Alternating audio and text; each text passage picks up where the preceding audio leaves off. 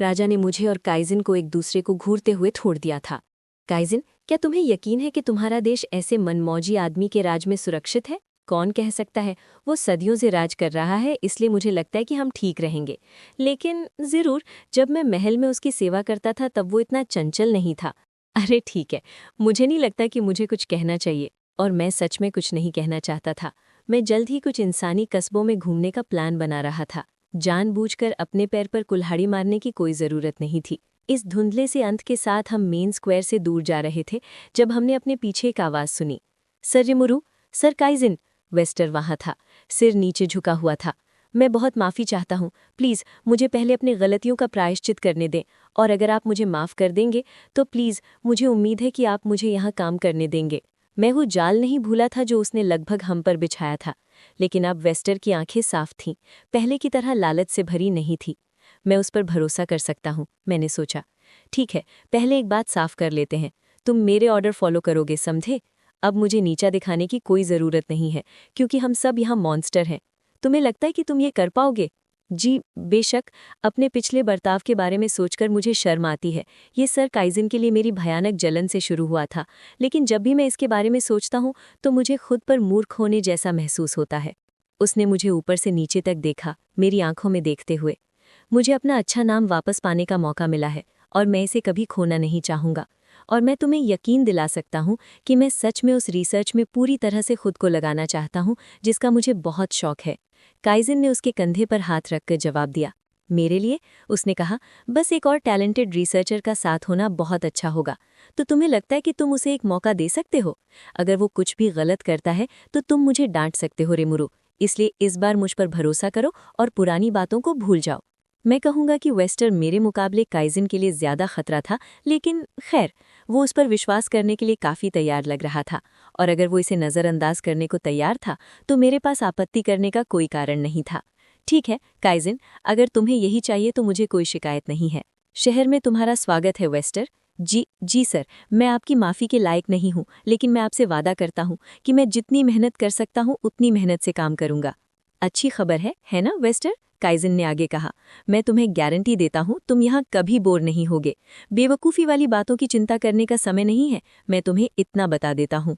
Wester को नौकरी की ज़रूरत थी, और जल्दी। इस बार मेरे पास सच में उसके लिए सही चीज़ थी। हमारा हिप्पोकुटे उगाने का काम आखिरकार तेज़ी पकड़ रहा था, इसलिए मैंने सोचा कि हम अब हीलिंग पोशन के असली प्रोडक्शन पर आगे बढ़ सकते हैं। मुझे उम्मीद थी कि मुझे गैबिल को ये प्रोसेस शुरू से सिखाना पड़ेगा, क्योंकि उसे इस बारे में कोई खास जानकारी नहीं थी। लेकिन वेस्टर और उसके स्पिरिट इंजीनियरिंग के अनुभव के साथ अब कहानी अलग थी। मैंने सोचा कि दोनों इस प्रोजेक्ट पर एक साथ काम कर सकते हैं, जिसमें गैबिल वेस्टर के असिस्टेंट और गुफा के बॉडीगार्ड के तौर पर काम करेगा। लेकिन सबसे पहले मुझे उन दोनों को एक दूसरे से मिलवाना था। हम सील्ड केव की ओर बढ़े। जब मैंने उसे बुलाया, गैबिल जल्दी से बाहर आ गया। नमस्ते, मेरा नाम वेस्टर है और ऐसा लगता है कि हम इस रिसर्च पर एक साथ काम करेंगे। गैबिल, मुझे हिप्पोकुटे जड़ी बूटियां उगाने का काम सौंपा गया है, लेकिन अगर मैं कुछ और कर सकता हूं तो कृपया मुझे बताएं। आइए हम दोनों सर रिमुरु के लिए एक साथ काम करें। उन दोनों ने हाथ मिलाया। मुझे चिंता थी कि गैबिल को देखकर वो पहले तो घबरा जाएगा, लेकिन मुझे इसकी ज़रूरत नहीं थी। इसलिए मैंने गैबिल से कहा कि वो उसे गुफा में ले जाए। सर रिमुरु, इसे देखिए, ये सब ताज़ा उगाया हुआ हिप्पोकुटे है। मुझे अपनी सहमति में सिर हिलाना पड़ा। ये काम रियली अच्छा जा रहा था। गुफा के दरवाजे की सील के पार खुली जगह हरे भरे फलते फूलते हिप्पोकुटे से भरी हुई थी, जहां तक मैं देख सकता था। लेकिन हमारे सामने एक प्रॉब्लम थी। गैबिल और मैं तो ठीक थे, लेकिन वेस्टर को अंधेरे में देखने का कोई तरीका नहीं था। रोशनी चाहे टॉर्च से हो या मैजिक स्पेल से, फिर भी इतनी काफ़ी नहीं थी कि आप ये भी देख सकें कि आप कहाँ खड़े हैं। गुफा के कुछ हिस्से हल्के रोशन थे, लेकिन इतने नहीं कि सच में काम किया जा सके। मुझे याद आया जब काइजिन पहली बार गुफा में आया था। उसका रिएक्शन था, बॉस, मुझे इस पूरे अंधेरे में कुछ नहीं दिख रहा है। और वो सही था। मैं भूल गया था क्योंकि मुझे वहां देखने में कोई दिक्कत नहीं थी, लेकिन इस भूप अंधेरे में कोई भी असली काम नहीं कर सकता था। इसी बीच शियोन, मेरी खुद से बनी सेक्रेटरी और जिसने अब तक बातचीत में बिल्कुल हिस्सा नहीं लिया था, ने एक सोल्यूशन बताया। तो क्या हमें बस थोड़ी रोशनी चाहिए? हाँ, कोई आइडिया शियोन? हाँ, हम रोशनी लाने के लिए दीवार में एक छेद कर सकते हैं। नहीं बेवकूफ, मेरे तुरंत मना करने पर शियोन ने गुस्से से देखा। इस गुफा को सील्ड केव किसी वजह से कहा जाता था, दीवारें बहुत मजबूती से बनी थीं। शायद आप अपनी पूरी ताकत लगाकर उनमें छेद कर सकते थे, लेकिन इससे गुफा के ढहने का खतरा था और गैबल की सारी मेहनत बेकार हो जाती। मुझे शियोन का प्लान ऐसे खराब करना अच्छा नहीं लगा, लेकिन मुझे करना पड़ा। अच्छा होता अगर हम यहाँ से कुछ बिजली चला पाते, मैंने खुद से कहा। वो क्या है टी बॉस? क्या आप मुझे बता सकते हैं कि आपका इससे क्या मतलब है? ऐसा लगा कि इससे काइजन और वेस्टर का ध्यान गया, इसलिए मैंने उन्हें बताया कि मेरे दायरे में बिजली कैसे काम करती है और उनके दिमाग में एक लाइट बल्ब की इमेज दिखाई दी। मैं समझा, रोशनी पैदा करने के लिए मेटल फिलामेंट पर गर्मी लगानी होगी, है ना? हाँ, ये काफी हैरान करने वाली बात है। यहाँ की चमकदार काई काम करने के लिए काफी रोशनी नहीं देगी। ये निश्चित रूप से कुछ ऐसा है जिसे हमें डेवलप करने की जरूरत है। मुझे उम्मीद थी कि मैं इलेक्ट्रिकल रेजिस्टेंस से जरूरी गर्मी पैदा करूंगा। इसके बजाय उन्होंने एक सॉल्यूशन बताया जिसमें अंदर मैजिक्यूल्स को कंप्रेस करने के लिए एक मैजिक सर्कल का इस्तेमाल किया जाएगा। ठीक वैसे ही जैसे एक जादू वाली तलवार हल्की चमक देती है, मेटल पर थोड़ी सी मैजिक नक्काशी करने से वो चमकने लगेगा। हम मेटल के लिए मैजिक स्टील का इस्तेमाल करेंगे। मुझे लगता है तलवारों के लिए सबसे अच्छा कच्चा माल और मैजिक्यूल के इस्तेमाल के साथ बहुत कंपैटिबल। ये बहुत सारी रोशनी देगा, साथ ही गर्मी से बचाव और टिकाऊपन भी देगा। और जिस तरह से ये आसानी से इंस्क्रिप्शन मैजिक को सोख लेता था, इसका मतलब था कि किसी और चीज को टेस्ट करने की ज्यादा जरूरत नहीं थी। ये काफी कीमती चीज है, लेकिन मेरे पास इसका बहुत बड़ा स्टॉक था। एक ऐसा स्टॉक जिसे मैंने इस गुफा से निकाला था, इसलिए मैं इसका इस्तेमाल कर सकता हूँ। मेटल का काम और नक्काशी का काम ज्यादातर डोल्ट के हाथ में था, इसलिए हमने तय किया कि काइजन बाद में इस बारे में बात करेगा। मैंने काइजन को जरूरी सामान दिया और इसके साथ ही इस प्रोजेक्ट में मेरा रोल खत्म हो गया। उन तीनों के पास वो सब था जिसकी उन्हें जरूरत थी, और मैंने सोचा कि मैं ये उन पर छोड़ दूं। तुम्हें पता है, अगर हमें जल्द ही कुछ रोशनी मिलने वाली है तो हम यहाँ एक लैब क्यों नहीं बना लेते? क्या हम बना सकते हैं? वेस्टर्न ने एक्साइटेड होकर जवाब दिया। मुझे इस गुफा का शांत माहौल काफी पसंद है। ऐसी सीक्रेट लैब का कॉन्सेप्ट मुझे हमेशा अच्छा लगता है। मुझे लगता है कि वेस्टर जितना मैंने सोचा था उससे ज्यादा बच्चील था। ये सब कहते हुए उसकी आंखों में चमक थी, इसलिए मैं पीछे नहीं हट सका। लेकिन अभी के लिए मुझे लगा कि उसे यहाँ के खतरों के बारे में याद दिलाना चाहिए। लेकिन क्या तुम्हें इस बात का यकीन है कि यहाँ हर जगह खतरनाक कनखजूरे हैं? ये तो B+ जैसा है। हाँ, कोई दिक्कत नहीं, मैं कहूँगा। मैंने भी थोड़ा बहुत जादू किया है और सच में मुझे इसमें काफी स्किल है। मैंने काइजन को देखा, उसने सिर हिलाकर जवाब दिया। लगता है हम इस पर ज्यादा भरोसा नहीं कर सकते। उसकी सेफ्टी के लिए थोड़ा परेशान होकर मैंने आगे कहा, ठीक है, अगर आपको पक्का यकीन है कि आपको पछतावा नहीं होगा तो मैं आपके लिए एक सेटअप कर सकता हूँ। ओह बिल्कुल, इसके अलावा मेरे साथ सर गैबल भी हैं। ओह, मुझे उम्मीद है कि आप ये दे पाएंगे। सच, गैबल के आसपास होने का मतलब था कि शायद कोई हमला नहीं होने वाला था। मैजिक्यूल्स के इतने ज्यादा लेवल के कारण नॉर्मल मॉन्स्टर भी उस जगह के पास नहीं आ सकते थे। गैबल और उसकी टीम को बस मुश्किल से ही पास मिला था, और वो भी इसलिए क्योंकि मेरे वेल्डोरा को निगलने के बाद मैजिक्यूल्स काफी हद तक कम हो गए थे। इंसानों और डेमी ह्यूमंस को कोई दिक्कत नहीं थी, और बॉने और हॉबगॉब्लिन भी आज़ादी से आ जा सकते थे। मुझे लगा कि नेचुरली पैदा हुए मॉन्स्टर किसी तरह जादू से ज्यादा आसानी से प्रभावित होते हैं। इससे बात समझ में आ गई। क्या मैं वेस्टर को तुम्हारे भरोसे छोड़ सकता हूँ गैबल? आप जरूर छोड़ सकते हैं। मैं यहाँ हूँ और मेरे 2 आदमी हर समय पहरे पर रहते हैं। गैबल हाल ही में काफी भरोसेमंद हो गया था। वो बहुत आसानी से बहक जाता था, जिससे मुझे चिंता होती थी, लेकिन उसमें काबिलियत जरूर थी। मैं देख सकता था कि वो यहाँ अपनी नई जिंदगी का आदी हो रहा था, और वो और वेस्टर एक दूसरे के साथ घुल मिल गए थे। मुझे लगा कि मैं चीजें उसके भरोसे छोड़कर सुरक्षित हूँ। तो इससे पहले कि मैं पोषण बनाने पर काम कर पाता, मुझे वेस्टर के लिए एक घर और लैब बनानी पड़ी। मैंने कुछ ही दिनों में दोनों काम पूरे कर लिए। ये बताना जरूरी है कि गैबल और दूसरे ड्रैगनयूच पानी में डूबे हुए सोते थे, इसलिए उन्हें रहने के लिए खास जगह की जरूरत नहीं थी। वे बिस्तर पर आराम से सो सकते थे, लेकिन लगता है कि पंख रास्ते में आते थे, इसलिए वे पानी के अंदर ज्यादा आरामदायक महसूस करते थे।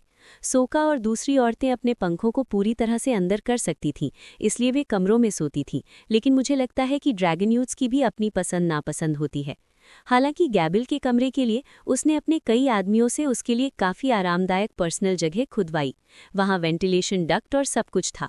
वो अपनी ज़रूरत का सारा सामान ले आया था, और मुझे तो उसमें कोई कमी नहीं लगी। अब हमें बस वेस्टर के लिए यहाँ और शहर के बीच सुरक्षित रूप से आने जाने का एक तरीका चाहिए था। सर रिमुरु, क्या मैं यहाँ एक मैजिक सर्कल लगा सकता हूँ? समन मैजिक? दरवाजे के इस तरफ काफ़ी मुश्किल होगा, लेकिन लगता है कि इसके बाहर ये मुमकिन है। अगर हो सके तो मैं यहाँ एक बनाना चाहूँगा। वेस्टर की चुनी हुई जगह वही थी जहां मैंने बहुत पहले उस पहले काले सांप को हराया था। तुम किस तरह के मैजिक सर्कल की बात कर रहे हो? एक टेलीपोर्टेशन सर्कल सर।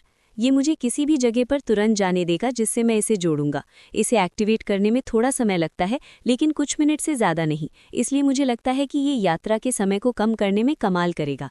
वो एक वार्प पोर्टल के बारे में बात कर रहा था, जो एक तरह का एलिमेंटल मैजिक था। जादू करने वाला इसे एंट्रेंस और एग्जिट पर एक ही तरह के सिंबल बनाकर काम करवाता था। ये सिंबल सख्ती से जोड़ों में काम करते थे, इसलिए पोर्टल में कदम रखने पर आप हमेशा उसी डेस्टिनेशन पर पहुंचेंगे। लेकिन इस गुफा को शहर की किसी जगह से जोड़ना फिर भी समय बचाने वाला होगा। शायद वेस्टर सच में जादू के बारे में एक दो बातें जानता था। ये काइजिन के लिए पूरी तरह से हैरानी की बात थी, जो इसके बारे में कुछ नहीं जानता था। एक वार्प पोर्टल के लिए ज़रूरी सिंबल आमतौर पर जटिल और महंगी जादुई दवाइयों से बनाए जाते थे। हालांकि यहाँ हम मैजेस्टीर पर बनी नक्काशी का इस्तेमाल करेंगे, जो टेक्निकली और भी महंगी थी, लेकिन इसका मतलब ये था कि हम उन्हें बार बार बनाए बिना कई बार इस्तेमाल कर सकते थे।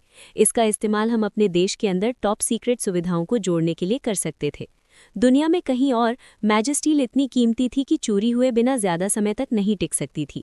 नक्काशी वाले पोर्टल केवल उन्हीं जगहों पर बनाए जा सकते थे जहां चोरी की चिंता ना हो। अगर इसे खुले में छोड़ दिया जाए तो इसे मौसम की मार झेलनी पड़ेगी, साथ ही टूटने या चोरी होने का खतरा भी रहेगा।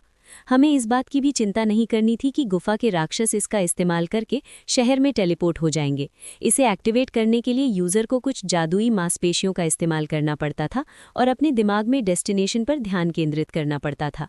ये सब मुझे अच्छा लगा, इसलिए मैंने वेस्टर को आगे बढ़ने की इजाज़त दे दी। जादुई टेलीपोर्टर है ना, काफ़ी उपयोगी। मुझे जल्द ही इनके बारे में एक प्राइमरी जानकारी की ज़रूरत पड़ेगी। वेस्टर मेरे सोचे से कहीं ज़्यादा उपयोगी आदमी साबित हो रहा था। अपने रिसर्च को करने की पूरी आज़ादी ने उसे बहुत कम चालाक और धोखेबाज बना दिया था। अब ऐसा लगता था कि उसे ज़िंदगी से सच में प्यार हो गया है, और ड्वार्गन में बिताए अपने समय को याद करते हुए वो वहाँ खास खुश नहीं लगता था। लगातार सत्ता के लिए संघर्ष करता रहता था। शायद रिसर्च उसे सीढ़ी चढ़ने से ज़्यादा सूट करता था। लालच और जलन को अपनी जिंदगी पर हावी होने देना, बजाय इसके कि आप जो सच में करना चाहते हैं वो करें, किसी को भी बुरा बना सकता है। मुझे लगता है कि सबसे अच्छा यही है कि आप वही करें जो आपको पसंद है, जब तक कि आप किसी को परेशान ना करें। तो किसी भी तरह हम सब तैयार थे और जल्द ही गैबिल और वेस्टर के मिलकर किए गए रिसर्च के प्रयास शुरू हो गए। राजा गैजेल के आने और वेस्टर के मेरे ग्रुप में शामिल होने से ये थोड़ा व्यस्त समय था, लेकिन इस बीच हमें कुछ और मेहमान भी मिल रहे थे। जैसा कि ट्रेनी ने वार्निंग दी थी, शहर अब कई तरह की जातियों का मेहमान बन गया था। कोबोल्ड सबसे पहले आए अपने सामान्य व्यापार कारवान के साथ, और जंगल में इतने बड़े बदलाव देखकर वे हैरान रह गए होंगे। आखिरकार हम पेड़ काट रहे थे। हमने बिल्डिंग बनाने के लिए और खाली जमीन हासिल की, और जब हमने वो काम पूरा कर लिया तो हम लेक सिसु के आसपास लिजर्डमैन के इलाकों तक सड़क बढ़ाने में व्यस्त हो गए। यहाँ क्या हो रहा है? एक ने मुझ पर चिल्लाया। उन्हें पता था कि जंगल में उनकी जमीनों के पास कुछ बदल रहा है, और अब बिजनेस के लिए उनकी तेज नज़र उन्हें खतरा मोल लेकर चीज़ों को देखने के लिए ले आई थी। लेकिन इन कोबोल्स ने जो बदलाव महसूस किए, वे सिर्फ नज़ारे में नहीं थे। तो नमस्ते कोबोल्स, मैं आपके बिजनेस की बहुत तारीफ करता हूँ। अरे, मैं किससे बात कर रहा हूँ? हाँ, ये मैं हूँ, रिगर्ड। उन्हें इससे ज़्यादा हिंट चाहिए दोस्त। और जब हमने समझाया कि रिगर्ड पहले गॉब्लिन गांव का मुखिया था, तो कोबोल्स और भी ज़्यादा हैरानी से चिल्लाए। हालांकि ये कोबोल्स काफ़ी अच्छे लोग थे।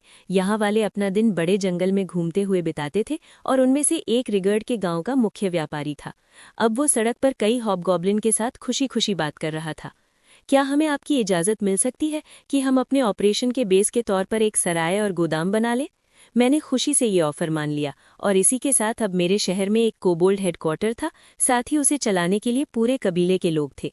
पुराने घूमने वाले कारवान के दिन खत्म हो गए थे। इसके बजाय उन्होंने शहर को बेस के तौर पर इस्तेमाल किया और उन सभी दूसरी बस्तियों में फैल गए जहां वे अपना सामान बेचते थे। हमारे कुछ और मेहमानों में हाफिंग और मरफोक शामिल थे। हाफिंग ने हमारे प्रति अपनी वफादारी की कसम खाई, और मैंने उन्हें अपने खेतों में काम पर लगा दिया। मीनवाइल मरफोक सुरक्षा की तलाश में थे। वे एक बड़ी झील के पास रहते थे, जो हाल ही में उभयचर राक्षसों की बढ़ती भीड़ से भर गई थी। मैंने बेनीमारू को उनकी तरफ एक सफाई दल भेजने का आदेश दिया। हमारे और ड्वार्फ किंगडम के बीच ज्यादातर व्यापार नदियों के किनारे यात्रा करके होता था, और मुझे यकीन था कि मरफोक इसमें कुछ मदद कर सकते हैं। अगर वे हमारे साथ काम करने को तैयार थे तो उनका बहुत स्वागत था। जहाँ तक ज्यादा अजीब मेहमानों की बात है, एक बार जंगल में घूमते हुए मुझे एक कीड़े जैसा जीव मिला, एक कीड़े जैसा मॉन्स्टर जो मरने वाला था। वो शायद 1.5 फुट लंबा था, एक तरह से स्टैग बीटल और उन बड़े लड़ने वाले कीड़ों का मिक्स था, और मुझे लगा कि वो बहुत कूल लगता था। उसके पीछे एक और कीड़े जैसा जीव था। उसने मुझ पर हमला इसलिए किया ताकि दूसरा वाला भाग सके। मैंने दूसरे वाले को तब तक नोटिस नहीं किया जब तक उसने बात नहीं की। रुको, उसने निवेदन किया। ये वाला लगभग 1 फुट लंबा था और एक आम ततैया जैसा दिखता था। 1 फुट लंबी ततैया मेरी दुनिया में हॉरर फिल्मों का सब्जेक्ट होती, लेकिन ये भी बुरी तरह घायल था। ये इतना समझदार था कि ये सोच के जरिए मुझसे बात कर सकता था, हालांकि रुक रुक कर। तुम भागते क्यों नहीं? मेरे पास तुम्हें बचाने का कोई रास्ता नहीं बचा है, मुझे माफ कर दो। मुझ पर हमला करने वाले कीड़े ने अपनी किस्मत मानकर बड़बड़ाया। दूसरा वाला भी काफी स्मार्ट रहा होगा, और भले ही ब्लेड टाइगर ने उसे लगभग मार ही दिया था, फिर भी वो बची हुई ताकत का इस्तेमाल करके मुझसे मुकाबला कर रहा था। ऐसा लग रहा था कि वो एक शानदार मौत मरना चाहता था। शायद उसे एहसास हो गया था कि समय करीब है। ताकतवर ततैया ने मुझसे पूछा, तुम हमारी रक्षा करोगे? मैं उन्हें ऐसे ही छोड़ने का सोच भी नहीं सकता था। उस बीटल का मौत के करीब होने पर भी अपने दोस्त को बचाने के लिए जो कुछ भी कर सकता था, वो देखकर मुझे अच्छा लगा। कोई वजह नहीं थी कि वे पार्टी में शामिल ना हो। तभी मुझे एक आइडिया आया। अरे, क्या तुम लोग नेक्टर या कुछ और इकट्ठा कर सकते हो? हाँ, कर सकते हैं। मुझे लगा कि वे फूलों से नेक्टर इकट्ठा कर सकते हैं, और वे कर सकते थे। इससे मुझे उनकी मदद करने का पूरा कारण मिल गया। उन दोनों के शरीर का लगभग आधा हिस्सा खत्म हो गया था, इसलिए मैंने उन्हें ठीक करने के लिए अपनी स्लाइम फॉर्म से कुछ सेल्स दिए और उनके एक्सोस्केलेटन के गायब हिस्सों को बदलने के लिए प्रोसेस्ड मैजिस्टील का इस्तेमाल किया। इससे और हीलिंग पोशन की एक खुराक से वे ठीक हो गए। मैंने उस कूल दिखने वाले बीटल का नाम ज़ेगियन और ततैया का नाम एपिटो रखा, और अब वे मेरे सब्जेक्ट या पालतू जानवर या कुछ और थे। जंगल में मैंने जो दुर्लभ पौधे इकट्ठे किए, उनमें वे पौधे भी शामिल थे जो केवल खास माहौल या मैजिक्यूल्स से भरी जगहों पर ही खिलते थे। हालांकि ऐसा लगता था कि ऐसे फूल ट्रियंस की बस्ती में आसानी से खिलते थे। मुझे लगा कि एपिटो अपनी बुद्धिमत्ता से मेरे लिए उन दुर्लभ चीज़ों का पता लगा सकता है और उनसे नेक्टर दे सकता है।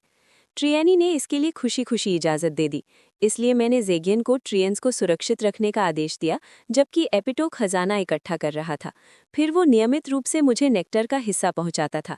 तो इसी तरह हमें बातचीत करने के लिए ज़्यादा से ज़्यादा दोस्त लोग मिलने लगे, लेकिन वे सभी दोस्त नहीं थे। कभी कभी हमें निचले लेवल के मैजिक बॉन के छोटे छोटे गैंग मिलते थे जो इधर उधर सूंघते रहते थे और क्लासिक गुंडों वाली बातें करते थे, जैसे वाह हा हा, ये कितना शानदार दिखने वाला शहर है, हम अब से इसे बहुत अच्छे से ट्रीट करेंगे। गूबटा या रिगुर की पेट्रोल टीमें आमतौर पर उन्हें भगाने के लिए काफ़ी होती थी, लेकिन कभी कभी हमारा सामना ऐसे राक्षसों से भी होता था जिनमें सच में कुछ ताकत होती थी। ऐसी निचली लेवल की प्रजातियों का जल्द ही दुखद अंत हो जाता था। श्योन, हमारे कुछ मेहमान आए हैं। हाँ सर रिमरू। चीज़ों को बातचीत से सुलझाने का विचार श्योन के दिमाग में कभी नहीं आया। वो लड़ाई झगड़ा करने में ज़्यादा विश्वास रखती थी। सच में वो सेक्रेटरी से ज़्यादा एक बॉडीगार्ड थी, और वो अपने दुश्मनों के साथ गोप्टा या रिगुर से भी ज़्यादा सख्त थी। हर बार यही होता था। सच में, चाहे कितने भी निचले लेवल के मैजिक से पैदा हुए जीव एक साथ इकट्ठा हो जाएं, श्योन को हराना नामुमकिन था। और जब वे ज़मीन पर गिड़गिड़ाते हुए माफ़ी मांगते थे, तभी श्योन मुस्कुराती और पूछती, तो मैं आपकी कैसे मदद कर सकती हूँ? उनमें से सबसे घमंडी भी उसके बाद शहर में दोबारा कभी नहीं दिखते थे, और अगर वे दिखते भी तो श्योन दूसरे मौके देने में दिलचस्पी नहीं रखती थी। आमतौर पर मैं उससे कहता था कि अगर हो सके तो वो किसी को ना मारे।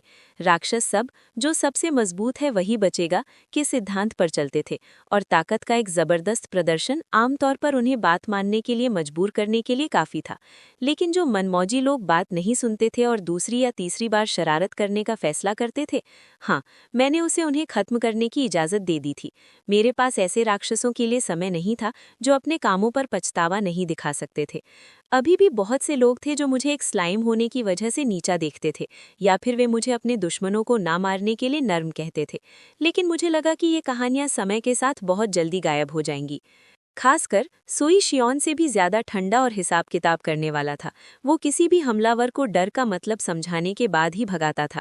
उसने मुझे बताया कि वो शहर के लिए एक डिफेंस नेटवर्क बनाने में व्यस्त था, लेकिन मुझे लगता है कि वो उन सबको सजा भी दे रहा था जो सोचते थे कि वे हमारे साथ जो चाहे कर सकते हैं। इस समय जंगल की मूल प्रजातियां शायद हमें परख रही थीं, ये देखने की कोशिश कर रही थीं कि जुरा में ये नई ताकत क्या कर सकती है। इसीलिए हमें थोड़ा सीना चौड़ा करना पड़ा ताकि बाकी सब लोग हमें पहचान सकें। हम इसे धीरे धीरे आगे बढ़ाएंगे और धीरे धीरे लेकिन पक्के तौर पर हम खुद को मशहूर कर लेंगे। तो जुरा टेम्पेस्ट फेडरेशन के बीच में रिमुरु शहर में काफ़ी अच्छा बिजनेस चल रहा था, लेकिन तभी हमारे सामने एक ऐसा मेहमान आया जिसकी हमें बिल्कुल उम्मीद नहीं थी। मेरे मैजिक सेंस ने मुझे एक बहुत बड़े मैजिक पावर के टुकड़े के बारे में अलर्ट किया जो हमारी तरफ बढ़ रहा था, ऐसी स्पीड से जिसे मैं सिर्फ बेतुका कह सकता हूँ। अरे बाप रे! एक ही पल में मैं शियॉन की छाती से कूदा और पूरी स्पीड से गेट के बाहर भागा। मेरा चिंतित होना सही था। मैजिक फोर्स ने हवा में अपना रास्ता बदला और ठीक मेरे सामने उतरा। अगर वो शहर के अंदर चला जाता तो मुझे लगता है कि हमें इमारतों को काफ़ी नुकसान होता। पास के पेड़ जड़ से उखड़ गए थे और उड़ गए थे, और जहाँ वह उतरा था वहाँ ज़मीन पर एक गड्ढा बन गया था। मुझे अपने आप समझ आ गया कि मैं इस लेवल की ताकत को संभाल नहीं सकता। अपना इरादा पक्का करके मैंने अपने दुश्मन को देखने का फैसला किया। बस एक नज़र ही काफ़ी थी ये देखने के लिए कि ये मेरे जाने पहचाने किसी भी चीज़ से बिल्कुल अलग लेवल का था। उसकी नीली आंखों के पीछे एक जबरदस्त इच्छा शक्ति छिपी हुई थी और उसके प्लैटिनम गुलाबी बाल 2 चोटियों में बंधे थे। वो लगभग 14 या 15 साल की लग रही थी, लेकिन बाहरी दिखावे से किसी जादूगर की उम्र नहीं पता लगाई जा सकती थी। और इतनी ज्यादा मैजिकल शक्ति के साथ जिसे वो छुपाने की भी जहमत नहीं उठा रही थी, वह उस उम्र की नहीं हो सकती थी जितनी वो दिख रही थी। उसने एक ऐसा पहनावा पहना जिससे काफ़ी त्वचा दिख रही थी, जो किसी अनजान मटीरियल से बना था। और सबसे ऊपर वह बहुत खूबसूरत थी, ऐसी खूबसूरती जो मैंने शायद पहले कभी नहीं देखी थी। इससे पहले कि मैं पूछ पाता कि वो कौन है, उसने घमंड से अपनी छाती फुलाई। उसके स्तन अभी अभी विकसित हुए थे। हेलो हेलो, मैं डेमन लॉर्ड मिलिम नावा हूँ। तुम शहर के सबसे ताकतवर आदमी लगते हो, इसलिए मैं आकर हाय कहना चाहती हूँ, उस खूबसूरत और ताकतवर लड़की ने ऐलान किया। कुछ मिनट पहले डेमन लॉर्ड मिलिम ने अपने नीचे शहर को देखा था। ये एक खूबसूरत जगह थी, इमारतों की साफ सुथरी कतारें, शहर की सड़कों के किनारे आकर्षक पेड़। ये एक ऐसा शहर था जो प्रकृति के साथ पूरी तरह तालमेल में लग रहा था, और वो बता सकती थी कि कई हाई लेवल के जादूगर जिनकी रेटिंग ए या उससे ज्यादा थी वहां रहते थे। हालांकि ऐसा लगता था कि ऐसे फूल ट्रियंस की बस्ती में आसानी से खिलते थे। मुझे लगा कि एपिटो अपनी बुद्धिमत्ता से मेरे लिए उन दुर्लभ चीजों का पता लगा सकता है और उनसे नेक्टर दे सकता है। ट्रियनी ने इसके लिए खुशी खुशी इजाजत दे दी, इसलिए मैंने जेगियन को ट्रियंस को सुरक्षित रखने का आदेश दिया, जबकि एपिटो खजाना इकट्ठा कर रहा था। फिर वो नियमित रूप से मुझे नेक्टर का हिस्सा पहुंचाता था। तो इसी तरह हमें बातचीत करने के लिए ज्यादा से ज्यादा दोस्त लोग मिलने लगे, लेकिन वे सभी दोस्त नहीं थे। कभी कभी हमें निचले लेवल के मैजिक बॉन्ड के छोटे छोटे गैंग मिलते थे जो इधर उधर सूंघते रहते थे और क्लासिक गुंडों वाली बातें करते थे, जैसे वाह हा हा, ये कितना शानदार दिखने वाला शहर है, हम अब से इसे बहुत अच्छे से ट्रीट करेंगे। गोबटा या रिगुर की पेट्रोल टीमें आमतौर पर उन्हें भगाने के लिए काफ़ी होती थीं, लेकिन कभी कभी हमारा सामना ऐसे राक्षसों से भी होता था जिनमें सच में कुछ ताकत होती थी। ऐसी निचली लेवल की प्रजातियों का जल्द ही दुखद अंत हो जाता था। शियॉन, हमारे कुछ मेहमान आए हैं। हाँ सर रिमुरु। चीज़ों को बातचीत से सुलझाने का विचार शियॉन के दिमाग में कभी नहीं आया। वो लड़ाई झगड़ा करने में ज़्यादा विश्वास रखती थी। सच में वो सेक्रेटरी से ज़्यादा एक बॉडीगार्ड थी, और वो अपने दुश्मनों के साथ गोबटा या रिगुर से भी ज़्यादा सख्त थी। हर बार यही होता था। सच में, चाहे कितने भी निचले लेवल के मैजिक से पैदा हुए जीव एक साथ इकट्ठा हो जाएं, शियॉन को हराना नामुमकिन था। और जब वे ज़मीन पर गिड़गिड़ाते हुए माफ़ी मांगते थे, तभी शियॉन मुस्कुराती और पूछती, तो मैं आपकी कैसे मदद कर सकती हूँ? उनमें से सबसे घमंडी भी उसके बाद शहर में दोबारा कभी नहीं दिखते थे, और अगर वे दिखते भी तो शियॉन दूसरे मौके देने में दिलचस्पी नहीं रखते थी। आमतौर पर मैं उससे कहता था कि अगर हो सके तो वो किसी को ना मारे। राक्षस सब जो सबसे मजबूत है वही बचेगा के सिद्धांत पर चलते थे, और ताकत का एक जबरदस्त प्रदर्शन आमतौर पर उन्हें बात मानने के लिए काफी था। लेकिन जो मनमौजी लोग बात नहीं सुनते थे और दूसरी या तीसरी बार शरारत करने का फैसला करते थे, हाँ, मैंने उसे उन्हें खत्म करने की इजाजत दे दी थी। मेरे पास ऐसे राक्षसों के लिए समय नहीं था जो अपने कामों पर पछतावा नहीं दिखा सकते थे। अभी भी बहुत से लोग थे जो मुझे एक स्लाइम होने की वजह से नीचा देखते थे, या फिर वे मुझे अपने दुश्मनों को ना मारने के लिए नर्म कहते थे। लेकिन मुझे लगा कि ये कहानियां समय के साथ बहुत जल्दी गायब हो जाएंगी। खासकर सोई शियोन से भी ज्यादा ठंडा और हिसाब किताब करने वाला था। वो किसी भी हमलावर को डर का मतलब समझाने के बाद ही भगाता था। उसने मुझे बताया कि वो शहर के लिए एक डिफेंस नेटवर्क बनाने में व्यस्त था, लेकिन मुझे लगता है कि वो उन सबको सजा भी दे रहा था जो सोचते थे कि वे हमारे साथ जो चाहे कर सकते हैं। इस समय जंगल की मूल प्रजातियां शायद हमें परख रही थी, ये देखने की कोशिश कर रही थी कि जुरा में ये नई ताकत क्या कर सकती है। इसीलिए हमें थोड़ा सीना चौड़ा करना पड़ा ताकि बाकी सब लोग हमें पहचान सके। हम इसे धीरे धीरे आगे बढ़ाएंगे और धीरे धीरे लेकिन पक्के तौर पर हम खुद को मशहूर कर लेंगे। तो जुरा टेम्पेस्ट फेडरेशन के बीच में रिमुरु शहर में काफी अच्छा बिजनेस चल रहा था, लेकिन तभी हमारे सामने एक ऐसा मेहमान आया जिसकी हमें बिल्कुल उम्मीद नहीं थी। मेरे मैजिक सेंस ने मुझे एक बहुत बड़े मैजिक पावर के टुकड़े के बारे में अलर्ट किया जो हमारी तरफ बढ़ रहा था, ऐसी स्पीड से जिसे मैं सिर्फ बेतुका कह सकता हूँ। अरे बाप रे! एक ही पल में मैं शियोन की छाती से कूदा और पूरी स्पीड से गेट के बाहर भागा। मेरा चिंतित होना सही था। मैजिक फोर्स ने हवा में अपना रास्ता बदला और ठीक मेरे सामने उतरा। अगर वो शहर के अंदर चला जाता तो मुझे लगता है कि हमें इमारतों को काफी नुकसान होता। पास के पेड़ जड़ से उखड़ गए थे और उड़ गए थे, और जहां वह उतरा था वहां जमीन पर एक गड्ढा बन गया था। मुझे अपने आप समझ आ गया कि मैं इस लेवल की ताकत को संभाल नहीं सकता। अपना इरादा पक्का करके मैंने अपने दुश्मन को देखने का फैसला किया। बस एक नज़र ही काफ़ी थी ये देखने के लिए कि ये मेरे जाने पहचाने किसी भी चीज़ से बिल्कुल अलग लेवल का था। उसकी नीली आंखों के पीछे एक जबरदस्त इच्छा शक्ति छिपी हुई थी और उसके प्लैटिनम गुलाबी बाल 2 चोटियों में बंधे थे। वो लगभग 14 या 15 साल की लग रही थी, लेकिन बाहरी दिखावे से किसी जादूगर की उम्र नहीं पता लगाई जा सकती थी। और इतनी ज्यादा मैजिकल शक्ति के साथ, जिसे वो छुपाने की भी जहमत नहीं उठा रही थी, वह उस उम्र की नहीं हो सकती थी जितनी वो दिख रही थी। उसने एक ऐसा पहनावा पहना जिससे काफी त्वचा दिख रही थी, जो किसी अनजान मटेरियल से बना था। और सबसे ऊपर वह आंखों से वे जो चाहे कर सकते थे। उसे यकीन था कि अगर जरूरत पड़ी तो वो उन्हें काबू कर लेगी। लेकिन कुछ डीमन लॉर्ड ऐसे थे जिनसे मिलिम को भी परेशानी होती थी। ये बात उल्टी भी लागू होती थी, इसलिए जब तक वो उनके साथ पहले से 1-2 समझौता कर लेती, उसे उनके मामलों में दखल देने की चिंता नहीं करनी पड़ती थी। अब वो खुश थी कि उसने ये कोशिश की। उसे लग रहा था कि वो किसी बहुत खास इंसान से मिलने वाली है और कोई उसे रोकने वाला नहीं था। उसने सोचा, चलो इस मैजिक बॉन्ड को ट्रैक करके शुरू करते हैं। उसने क्लेमन के प्रपोजल पर उसी वजह से हाँ की थी जिस वजह से वो हमेशा करती थी, समय बिताने का एक तरीका। जब तक मिलिम जिंदा थी, रोज़मर्रा की जिंदगी बस बोरिंग थी। जब भी कोई दिलचस्प ऑफर आता, वो उसे तुरंत पकड़ लेती। वो घिनौना कम लेवल का मैजिक बॉन्ड गेलमोड जो भी साजिश रच रहा था, उसे कोई फर्क नहीं पड़ता था। मिलिम का एकमात्र मकसद ये देखना था कि बनने वाला ओर्क लॉर्ड कितना ताकतवर बनेगा। अगर गेलमोड उसे एक नया डेमन लॉर्ड बना देता तो भी ठीक था। उसे लगा कि उस जादुई पल में मौजूद रहने से रोज की बोरियत में कुछ मजा आएगा। गेलमोड फेल हो गया, बेशक, और मिलिम ने उससे जो उम्मीदें लगाई थीं, उन्हें देखते हुए ये निराशा काफ़ी ज़्यादा थी। लेकिन क्लेमन ने बाद में जो तस्वीरें उसे दिखाईं, वे इतने बड़े झटके के लिए काफ़ी थीं कि ओर्क लॉर्ड अब शायद ही कोई मायने रखता था। उसकी अनोखी स्किल ड्रैगन आई उसे जो कुछ भी वो देखती थी, उसके पीछे की सच्चाई देखने देती थी। ये चीज़ क्लेमन के क्रिस्टल स्फीयर के जरिए भी काम करती थी। ये पूरी तस्वीर नहीं थी, लेकिन इसने मिलिम की दिलचस्पी जगाने के लिए काफ़ी जानकारी दी।